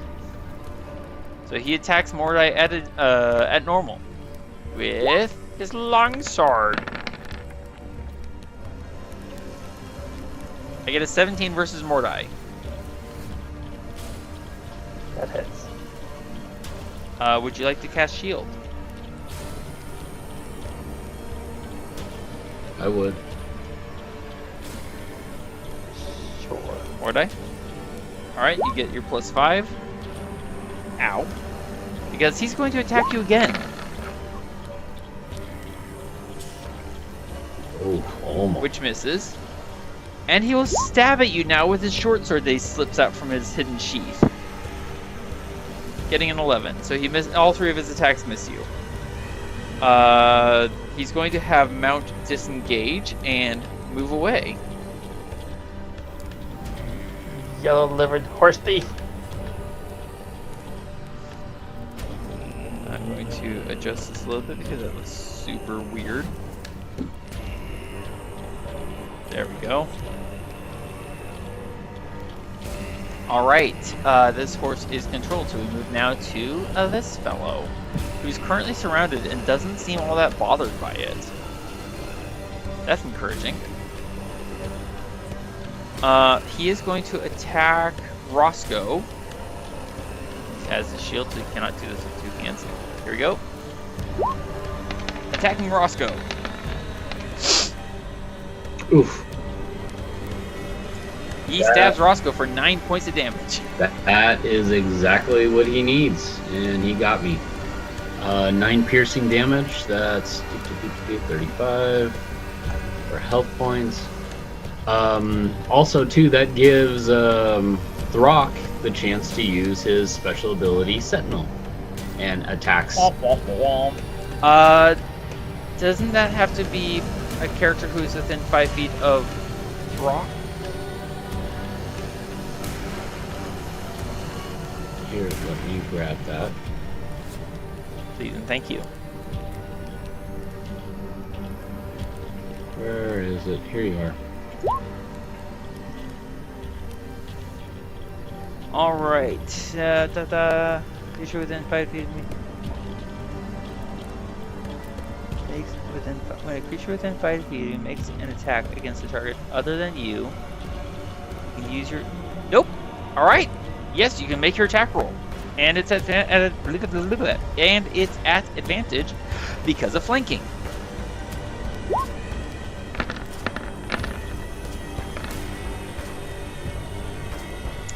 That's let's see. Well, that's a spicy meatball because that's gonna hit for 9 and 2 from rage, so 11 damage to the fellow. Which is what you heard him with earlier. And then he's going to continue his attacks. He's going to stab at Roscoe one more time with his spear.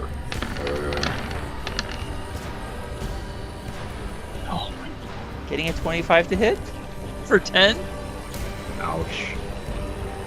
And now he's going to use his shield to bash at Nightshade. Really? Yeah, really. I get an 8. I think that is gonna hurt. So, And yeah. I need Nightshade to give me a strength saving throw or be knocked prone.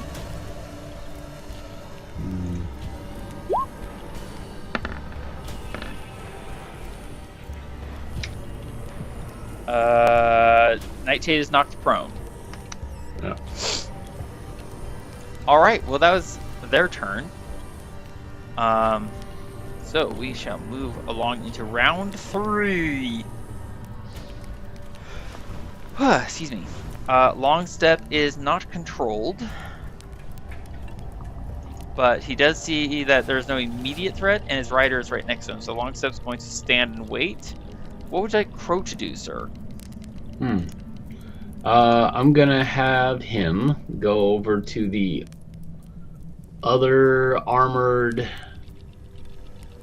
warrior and attack his horse. This one? Yeah. Alrighty.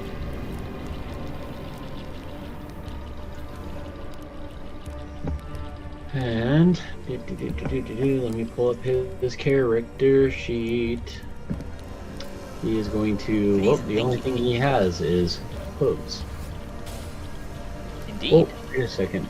There's trampling charge. I forgot about this one. If the horse moves at least 20 feet straight towards the creature, and then hits with his hooves on the same turn that is a succeeded. Oh. Where was I before? Shift X. If you Come on, Shift X. You were right here. Oh, that's about 20 feet. Indeed. Would you like to try to use trampling charge? Yeah, why not? Let's give it a shot.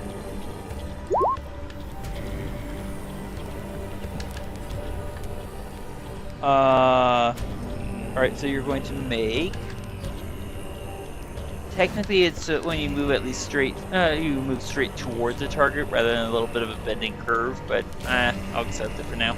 Alright, give me a hoof attack against the horse, please. A hoof attack. Alright.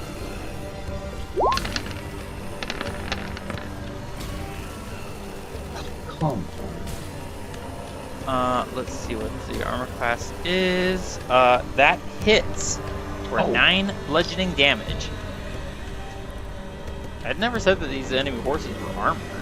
Yeah. And now it needs to make a strength saving throw. Yes. DC 14. It succeeds and is not knocked prone, but it is hurt rather badly. Roscoe, you're hurt. Yes, I am. What would you like to do, sir? I'm probably going to take a hack and leap through. Let me see. What do I have? Oh, I'm on the wrong character sheet. That's Throk's. Here we go. Here's Roscoe's. Yeah, he's going to take a. No, not a heart stand. A hack and leaf. Here we go. So take it to 13, and then I'll remember 8d4 plus 8. Let's see what that gives me. Whoops. Let's see. Here we go. 8d. Come on. 4 plus 8.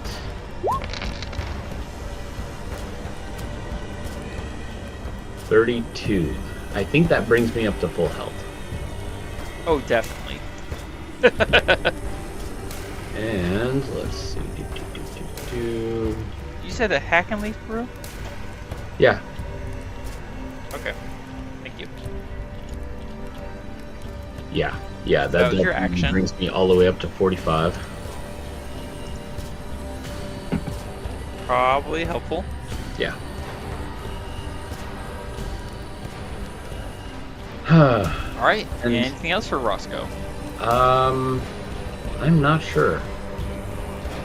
Well, actually, no. I don't have anything else to do.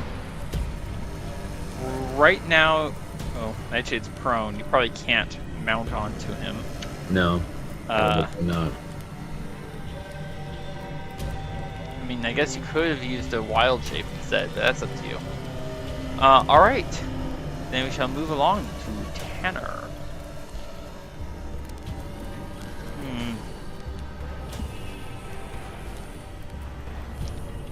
You know, I still have a few javelins. I'm gonna pull out a javelin.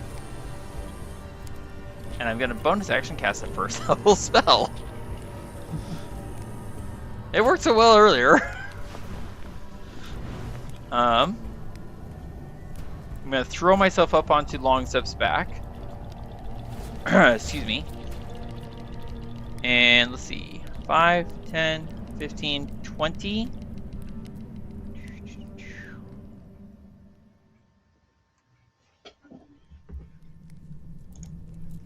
Let's see. I'm gonna have Longstep disengage. Murmur a quick, sorry, Mount, and I'm going to throw right here at the warhorse. This is going to unfortunately make Mount also have to make the dexterity saving throw. Javelin attack! Mark 1 javelin down. That's going to hit the horse. Mordai, would you please roll for me Mount's dexterity saving throw? So you just open up his character sheet and then hit the dex button. Perfect. The enemy warhorse succeeds and is going to take half damage. Unfortunately, Mount fails. He's going to take full damage. Wow. This guy and this guy. Wow. Swamp Warrior succeeds. The Armored Warrior fails. Okay. Throk, roll me 1d10, please. Alright, 1d... not d8, d10. No. I should have asked Mordai. So the enemy horse is going to take 9 from the javelin and half the spell damage, so that's going to be 2. So 9 and 2, that's 11 points of death.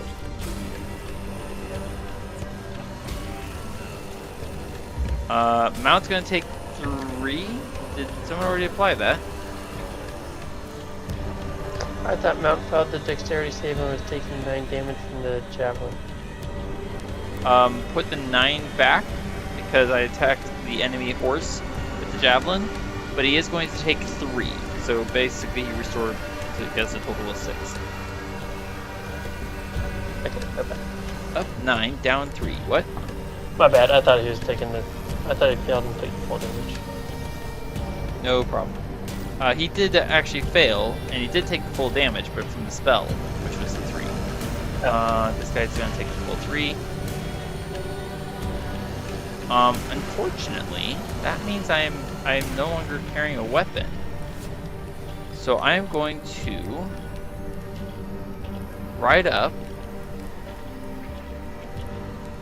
I already used my interaction to pull out the javelin, so I'm gonna have to do the only other thing I can do. I'm going to try and punch that guy with my fist. That's all I got left. Unarmed strike with advantage because flanking. Oops. Well, I get a 22. Can he block that?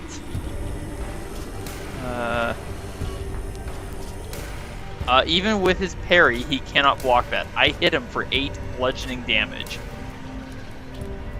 Well, I did use my unarmed strike, so I'm going to now use my bonus action to try and grapple him. That's part of my Tavern Brawler feat, which I will put in the chat. I'm gonna go with athletics. And he is going to try and resist me with his own strength.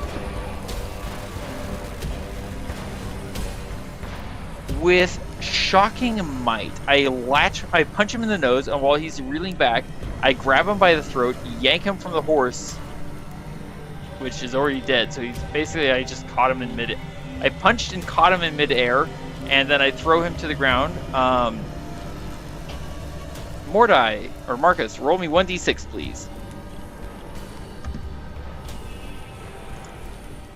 I totally forgot that his horse had already died. Nice. And he lands prone from all of that. Ow. So Krim is now going to fly up and take an attack as well at advantage.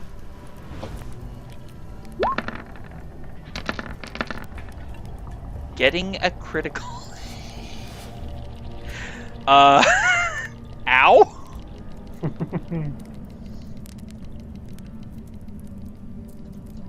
Dealing 12 damage from the bird. That guy is very badly hurt. Then Tanner just kind of turns, looks up at this fellow. That horse is not free for you, sir. And we move now to Nightshade, who is prone and probably a little annoyed. Yes, he is going to pick himself up, which then takes away half his movement speed, so he has about 25 feet left. He's Correct. going to disengage. Yeah, that's good. That's a good idea. And he has 50 feet of movement, so once he stands up, he has 25 feet left to go.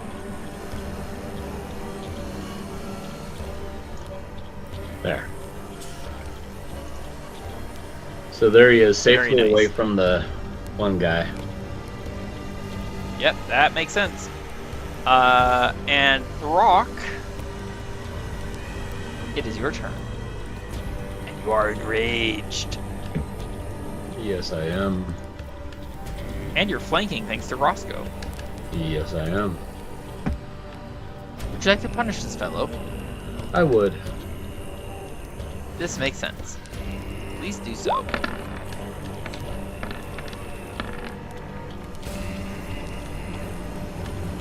He is going to use his reaction and parry that attack. Haha! He Not smacks fun. your battle axe aside with a spear. You slice off a sliver of wood or so, and he laughs in your face. Which is probably not the best of ideas.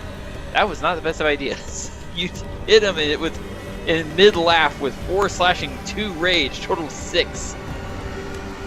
And there it is. Alright.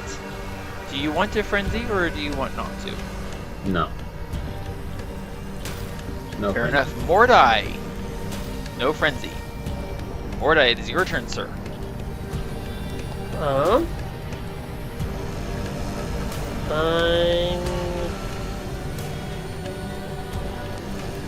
You know what?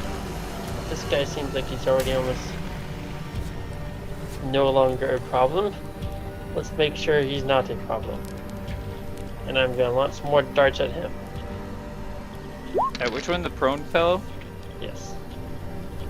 Excellent. Don't forget to turn your shield off. This is the start of your turn. All 3 darts at the same fellow.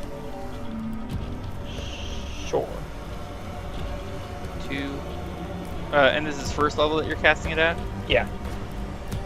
Okay, 2, 4, 6. I should have asked earlier and I forgot to, my bad. But I was also fighting my my various screens. Alright, so that's 6 points of damage from the wand. Anything else for you, Mordai? I'm going to disengage, and I'm gonna.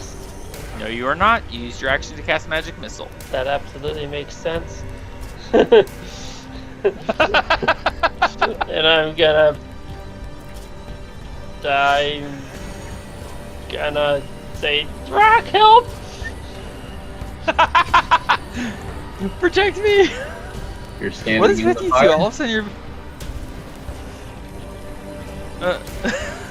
yes, he is standing right next to Throk now. What is with you two? All of a sudden it's like, I'm going to do this action and this action. Lantern. But anyway, alright, Mordai's... Sorry? but anyways, I think that's basically gonna end my turn. Mordai, you could step into Throk's space and then over to here, if that's what you would like to do. That would be great. I want to hide with Throk. So moving through Throk's space costs double movement, so that's 5, 10, 15 to where you are now. That's fine. Anything else for you, Mordai? Help me, Throk. I hide behind your giant axe. Mount is controlled and gets nothing to do. Ghost, I believe, is controlled. Is that correct? Yes. All right, then we move now to Marcus.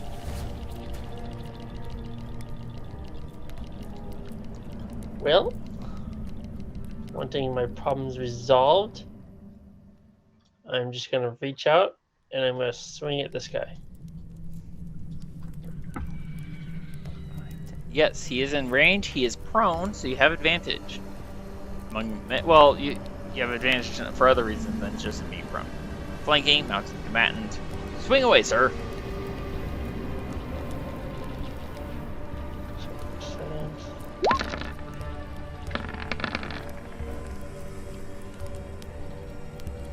That's going to kill him. You see him try to bring his lance up to parry your blow, and your glaive cuts through the lance, and his shield arm, and his neck, and his chest. Dealing him 5 slashing and 3 radiant, total of 8. He is dead. That works. And I'm gonna yell to Tanner, I'll take this one. You help the others. Basically pointing and directing him down to this guy. You want Tanner to go after this fellow? Yeah. Noted. As I Alright, and then you... Go ahead. ride my horse over here. And, oh wait, can I do my... Hold on. I need to figure out what activates my channel of divinity. I think it's an action, which will have to wait. That depends. Which ability were you thinking of? I'm going to use my Vow of Enmity against this one. Next to me. Which grants you advantage against that fellow for 1 minute. And it costs a bonus action just to... Yes. You don't actually need to get that close to him. You can be 1 square over. That makes sense. Thank you. You're welcome. Your channel divinity is thus spent, and for 10 rounds, you have an advantage against that fellow. That's gonna hit. For 14 slashing and 3 radiant, that's a total of 17 damage. Watch that health bar. Oh gosh, this is not Ow! as long as I thought. Alright, so that fellow is now going to... He looks down at the 2 fallen already comrades and their horses.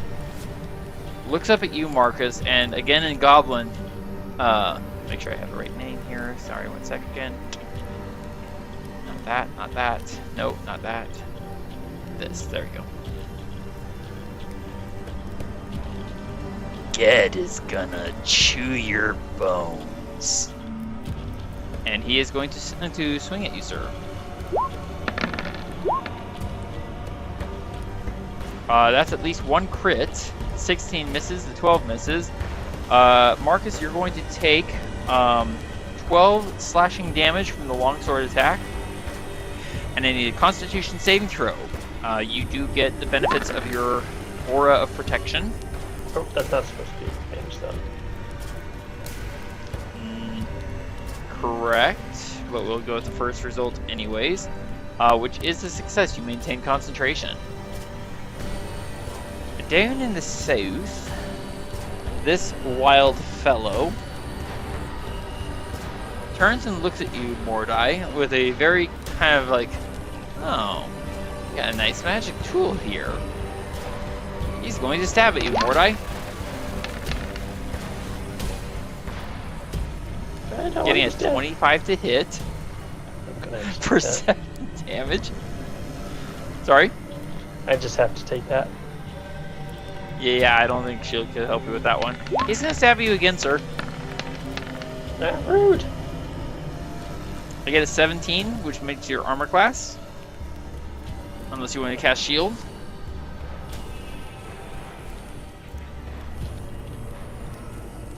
I will cast Shield. Alright. And he is going to shield... Oh, Throk. Are you there, sir? Yep.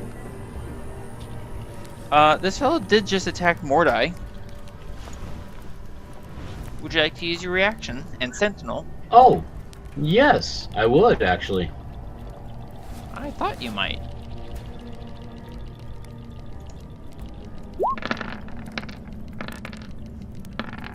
Not only that, he hit Mordai twice. Yeah, that'll hit. Yeah, that'll hit. 5 slashing and 2 rage, total of 7. Ow.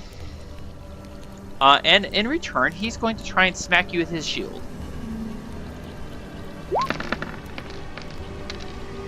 Or Throk. He's going to try and smash. Oh, yeah. Not even. That misses. Ooh, pardon me. Roscoe. The air above and to your right blacks out. A massive form bursts out of mid-air, flying towards your face, 8 legs extended as though to catch you within their shining white grasp. Oh, really? And... yeah, really. I get a 22. I get a 22 to hit Roscoe, and I need Roscoe to give me a Constitution saving throw. Why? I'm So not he's going to take concentrating on 10. To see if you succeed or not succeed against the poison that just got injected into you. Oh gosh. Okay, so I'm taking. You're taking 10 first, and then I need the con save against the poison. 35. Back down to 35 again. Let's do the Constitution saving throw. And if you fail, you're going to take the full 19 extra poison damage. If you succeed, you only take half. Well, that's a success. You're going to take half of 19. Okay. So you're going to take 9 points instead of 19. Like that's gonna make a difference. I still lose life. It's... well, okay, 19 versus 9. Would you like to lose almost 20, or would you like to lose a little bit less than half? Doesn't matter. I'm gonna have to use another heart sand pulp or whatever thing to get me healthy again. Marcus, you're in proximity to Tanner. Tanner's head suddenly whips around to the north. He bares his teeth, and you see his entire body posture change from this is a somewhat dangerous but manageable battle to open hostility. I hear one of those mounds of plants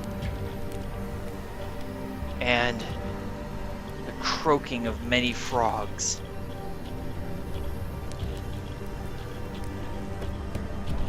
Well, this is not going as smooth as I'd hoped.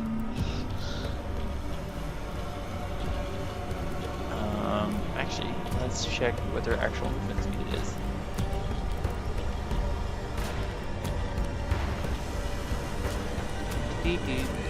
Right, okay. They're gonna get 2. Right about. Come on, there. And there it is.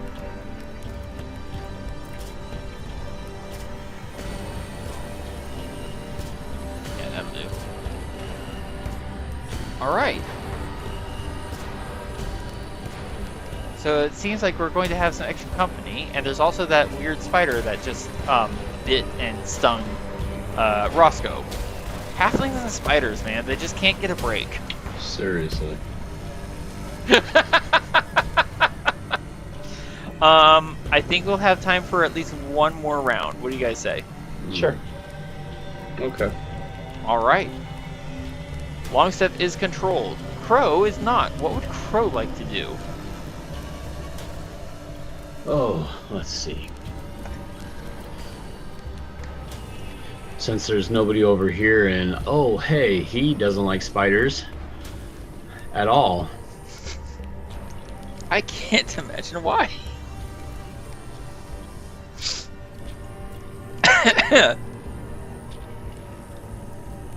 He's gonna go right down here, and he's just going to hoof him, or Stomp. let's just say he's gonna buck the traditions here. So, Fair enough. here he goes.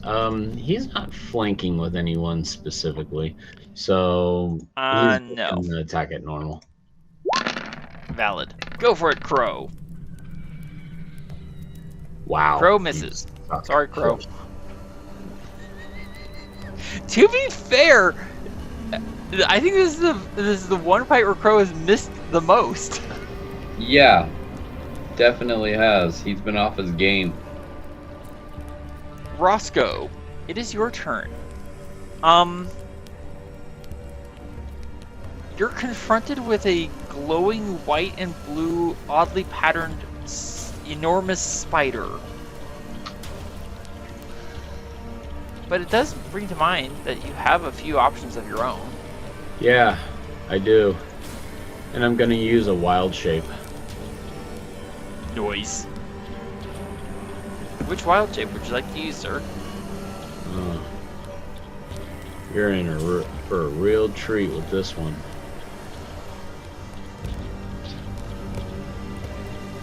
And what would that be? Let's see.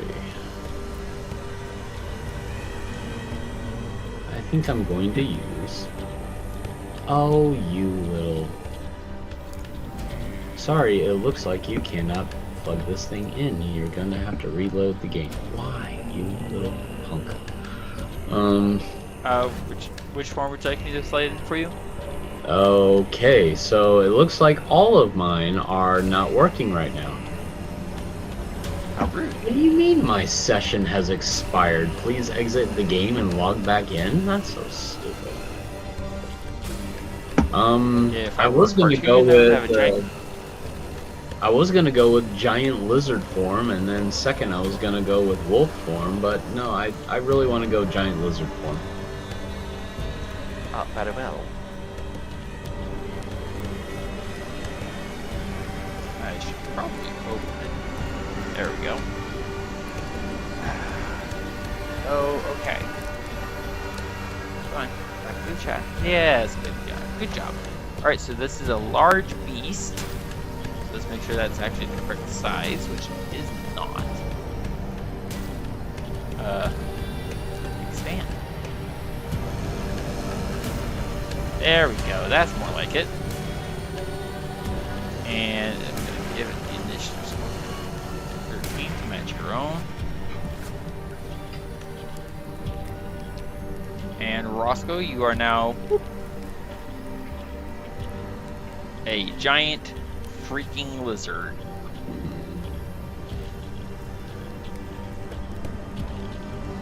That does take your action. Excuse me. There's nothing else I can do. You want to... fair enough.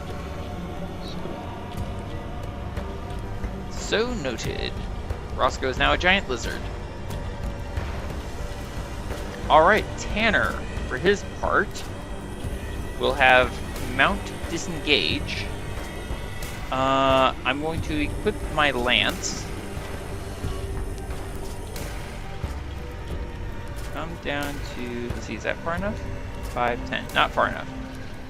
Come down to here, and I'm gonna stab that guy with advantage because he is smaller than my mount and not riding anything. Whoop.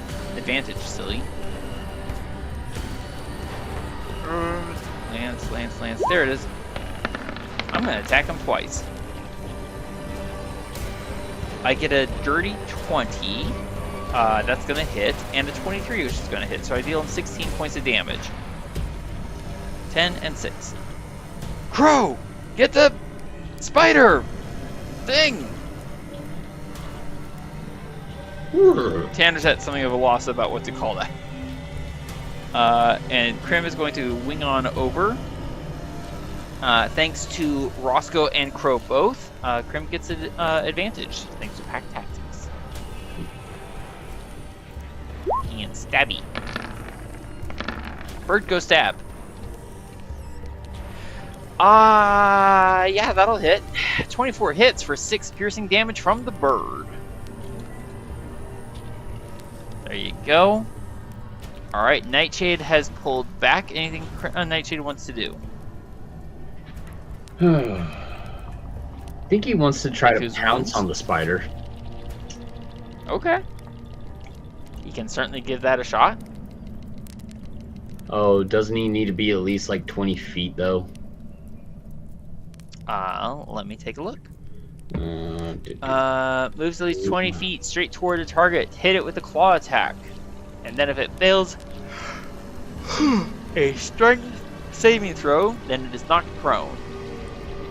Alright, so he's gonna go back a little bit, kind of get like a running start. Yup. And then he's gonna go 20 feet. Nice. And then pounce on him. Alright, let's see the attack roll.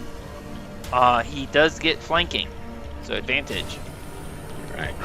So there we go. Advantage. And it's bite, correct?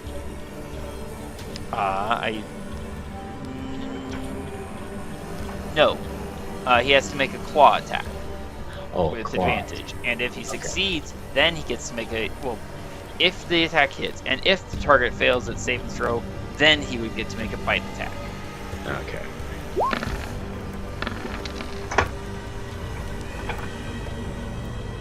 Well, that'll hit for another 6 slashing damage. And strength saving throw, go!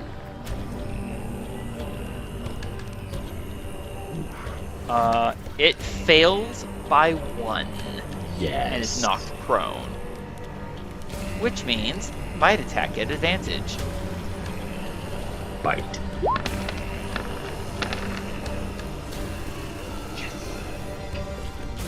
18 is a hit for another 8 piercing damage. Ow. Nice one. Nicely done, Nightshade and Krim. Both of them working together very nicely. Throk! It is your turn. And there's this ugly fella right there. Slowly dwindling him down. Tanner help. Yes. And you have advantage thanks to Roscoe the lizard. And here we go with my axe.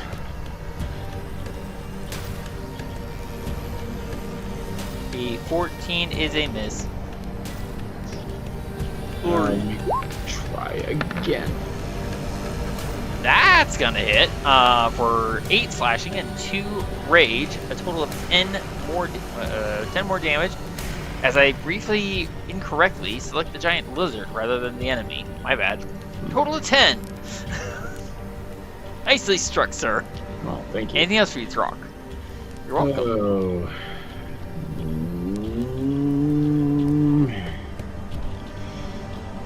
Do I want to go frenzy?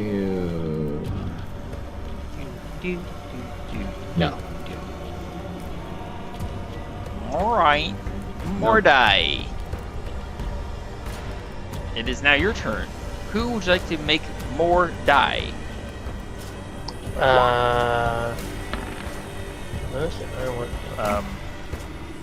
Why didn't Nightshade just roll initiative?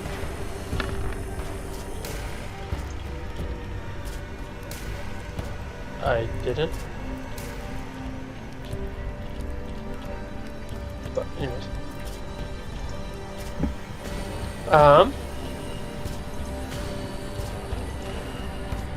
What can I do? What can I do?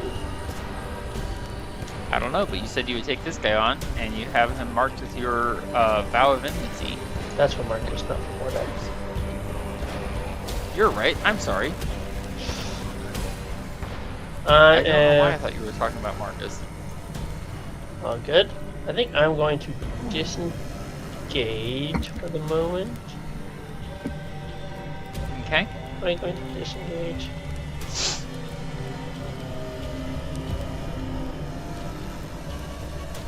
I mean, do you want to stand close to this guy much longer? No, I really don't. Yeah, I think I'm going to disengage. Okie dokie. I'm going to run away. Run away! Live to run away again. No. That. That.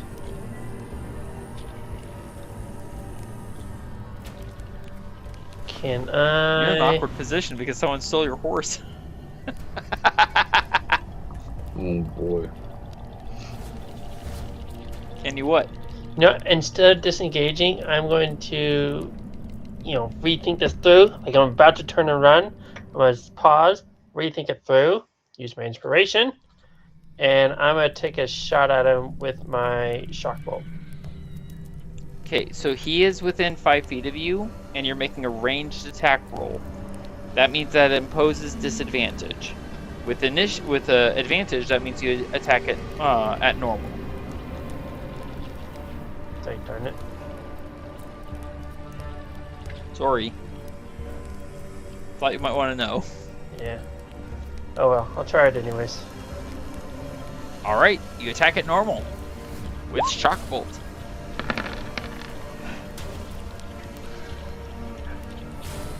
And that's a hit for 6 lightning damage, and he is pushed back 10 feet from you.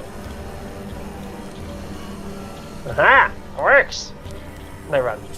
And now you can run away.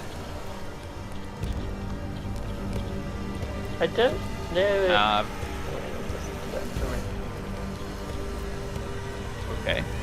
That was it for Mordai, I believe. So now Mount is controlled. Ghost is controlled. Marcus! Now it is your turn. You have sworn a vow of enmity against this fellow. Yes, and I will finish him off. Hopefully. I attack. You have advantage on all of your attacks against him.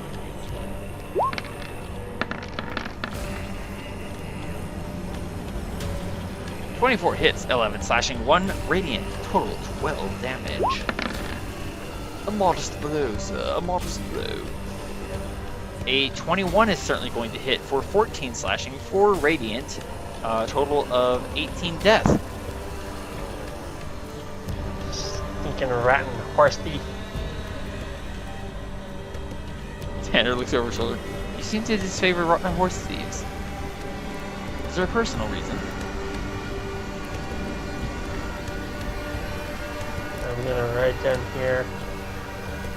And I'm going to attack this fellow.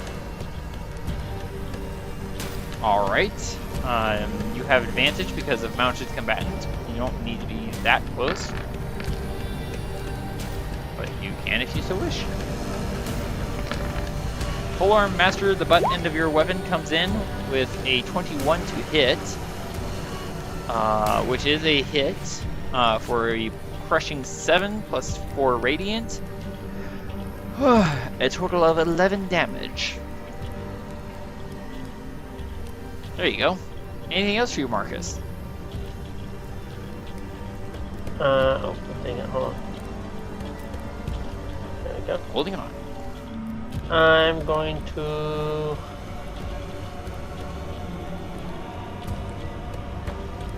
I'm just gonna move over here. So that we have him surrounded. Alright. That now we won't accidentally grab the wagon. I just put it to a different layer.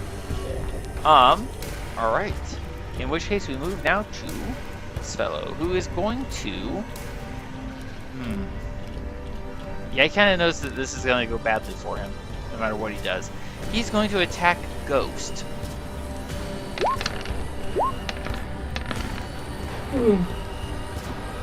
I will I get a 16, a 9, and a 12. use my glaive, kind of forcing his blows away, effectively using them to go back to take the attack himself. You actually don't need to because none of those attacks are going to hit. Oh.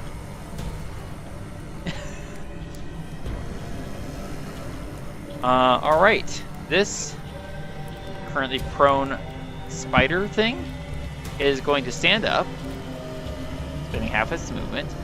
It's going to bite Marcus. Roll me 1d4, please.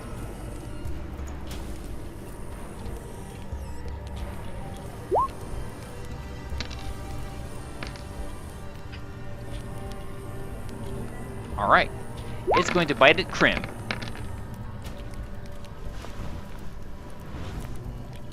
Crim's armor class is 15, which means that is going to hit Crim, who's going to take 7. And Crim must make a Constitution saving throw. Dun dun dun dun dun dun dun. Con.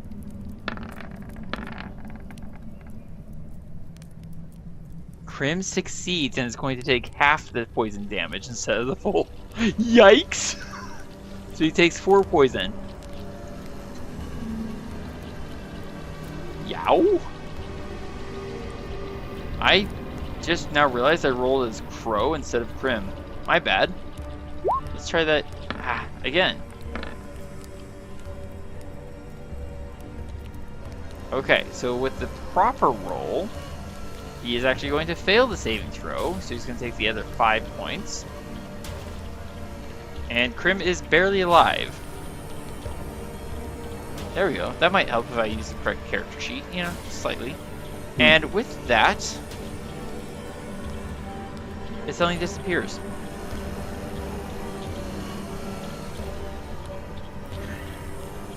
Well, since Nightshade was pounced on top of him, does he have to make a dexterity saving throw? Since the spider thing was prone, I'm going to say no. Basically, there's just not that much room. Gotcha. Yes, he was on top, but he was also prone. Alright.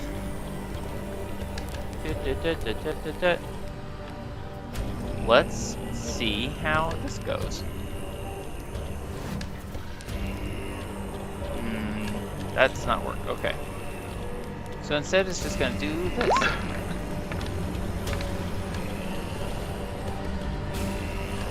Oh gosh. That's gonna hit. That's gonna hit. Ow.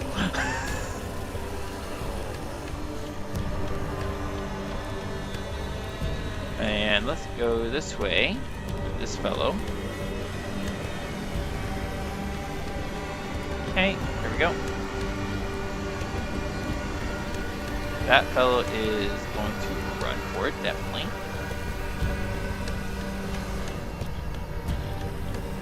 Where is it going? Too far. Wait, no, it's dashing. Duh. So this is actually fine. Come on. Good enough. That one. There he is.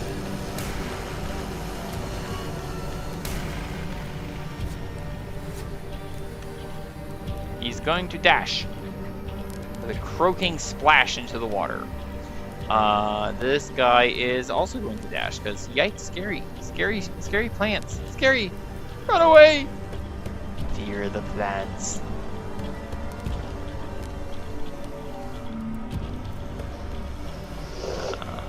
Here,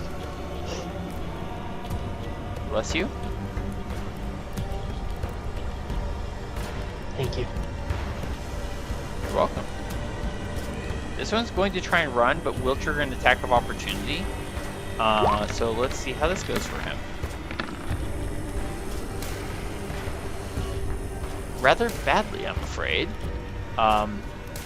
There's a ripping, splattering, croaking death cry, and then the sound of plants eagerly suckling the succor of life. And with that, We are at the top of the round. And, unfortunately, this is where we're going to call it for the night. Gentlemen, I apologize for the multitude of system errors I was running into. I don't know what was happening with all that. I'm sure you subconsciously, without you even knowing it, mentally can cause the computer to do it. Problems? I don't know. I was trying to say something facetious, it wasn't working. But anyways, no problem. Yeah, fair. I conclude to remain silent during that whole explanation. Valid. I hope you both enjoyed the little camping escapade and the encounter that came up. It was a randomly rolled encounter, as well as what time frame it would happen in. So, Throk, I'm sorry, but you kind of drew the short straw on that one. Nope. I want to thank you both so much. For playing, and I hope you had fun. Yeah. Oh yes, I had fun. Excellent. And for those of you who are listening and watching along at home, or wherever you happen to be, thank you so much for joining us once more in Land of the Predator. We hope you enjoyed, and we hope you'll come back again next time to see if we survive this or not, because we've kind of taken some hits, or at least some of us have. Yeah. Yeah. All right, and Thank you for from leaving all of us me here in Land of us. Sorry. You're quite welcome. You're fine. And once again, thank you so much for watching, and have a good night. Thank you, fellow adventurers, for joining us once more. Please comment below to vote on what monsters you want to see Marcus, Mordai, Throk, Tanner, and Roscoe take on next. You can vote for more than one kind at a time. Crocodile, Giant Wasp, Lizardfolk, Rust Monster, Shadow, Swarm of Insects. Let us know if you want to see more combats taking place in the dark of night, in dim twilight, or bright daytime. Shout out and thanks to Hannah for our wonderful character art. If you want to see other examples of Hannah's work, check out her Instagram at HannahWolf224. And if you want to reach out for character art of your own, her email is wildarts22@gmail.com. The music you are listening to is from Tabletop Audio, free music tracks to enhance your gaming experience. Thank you for watching, and we hope we'll see you again next time.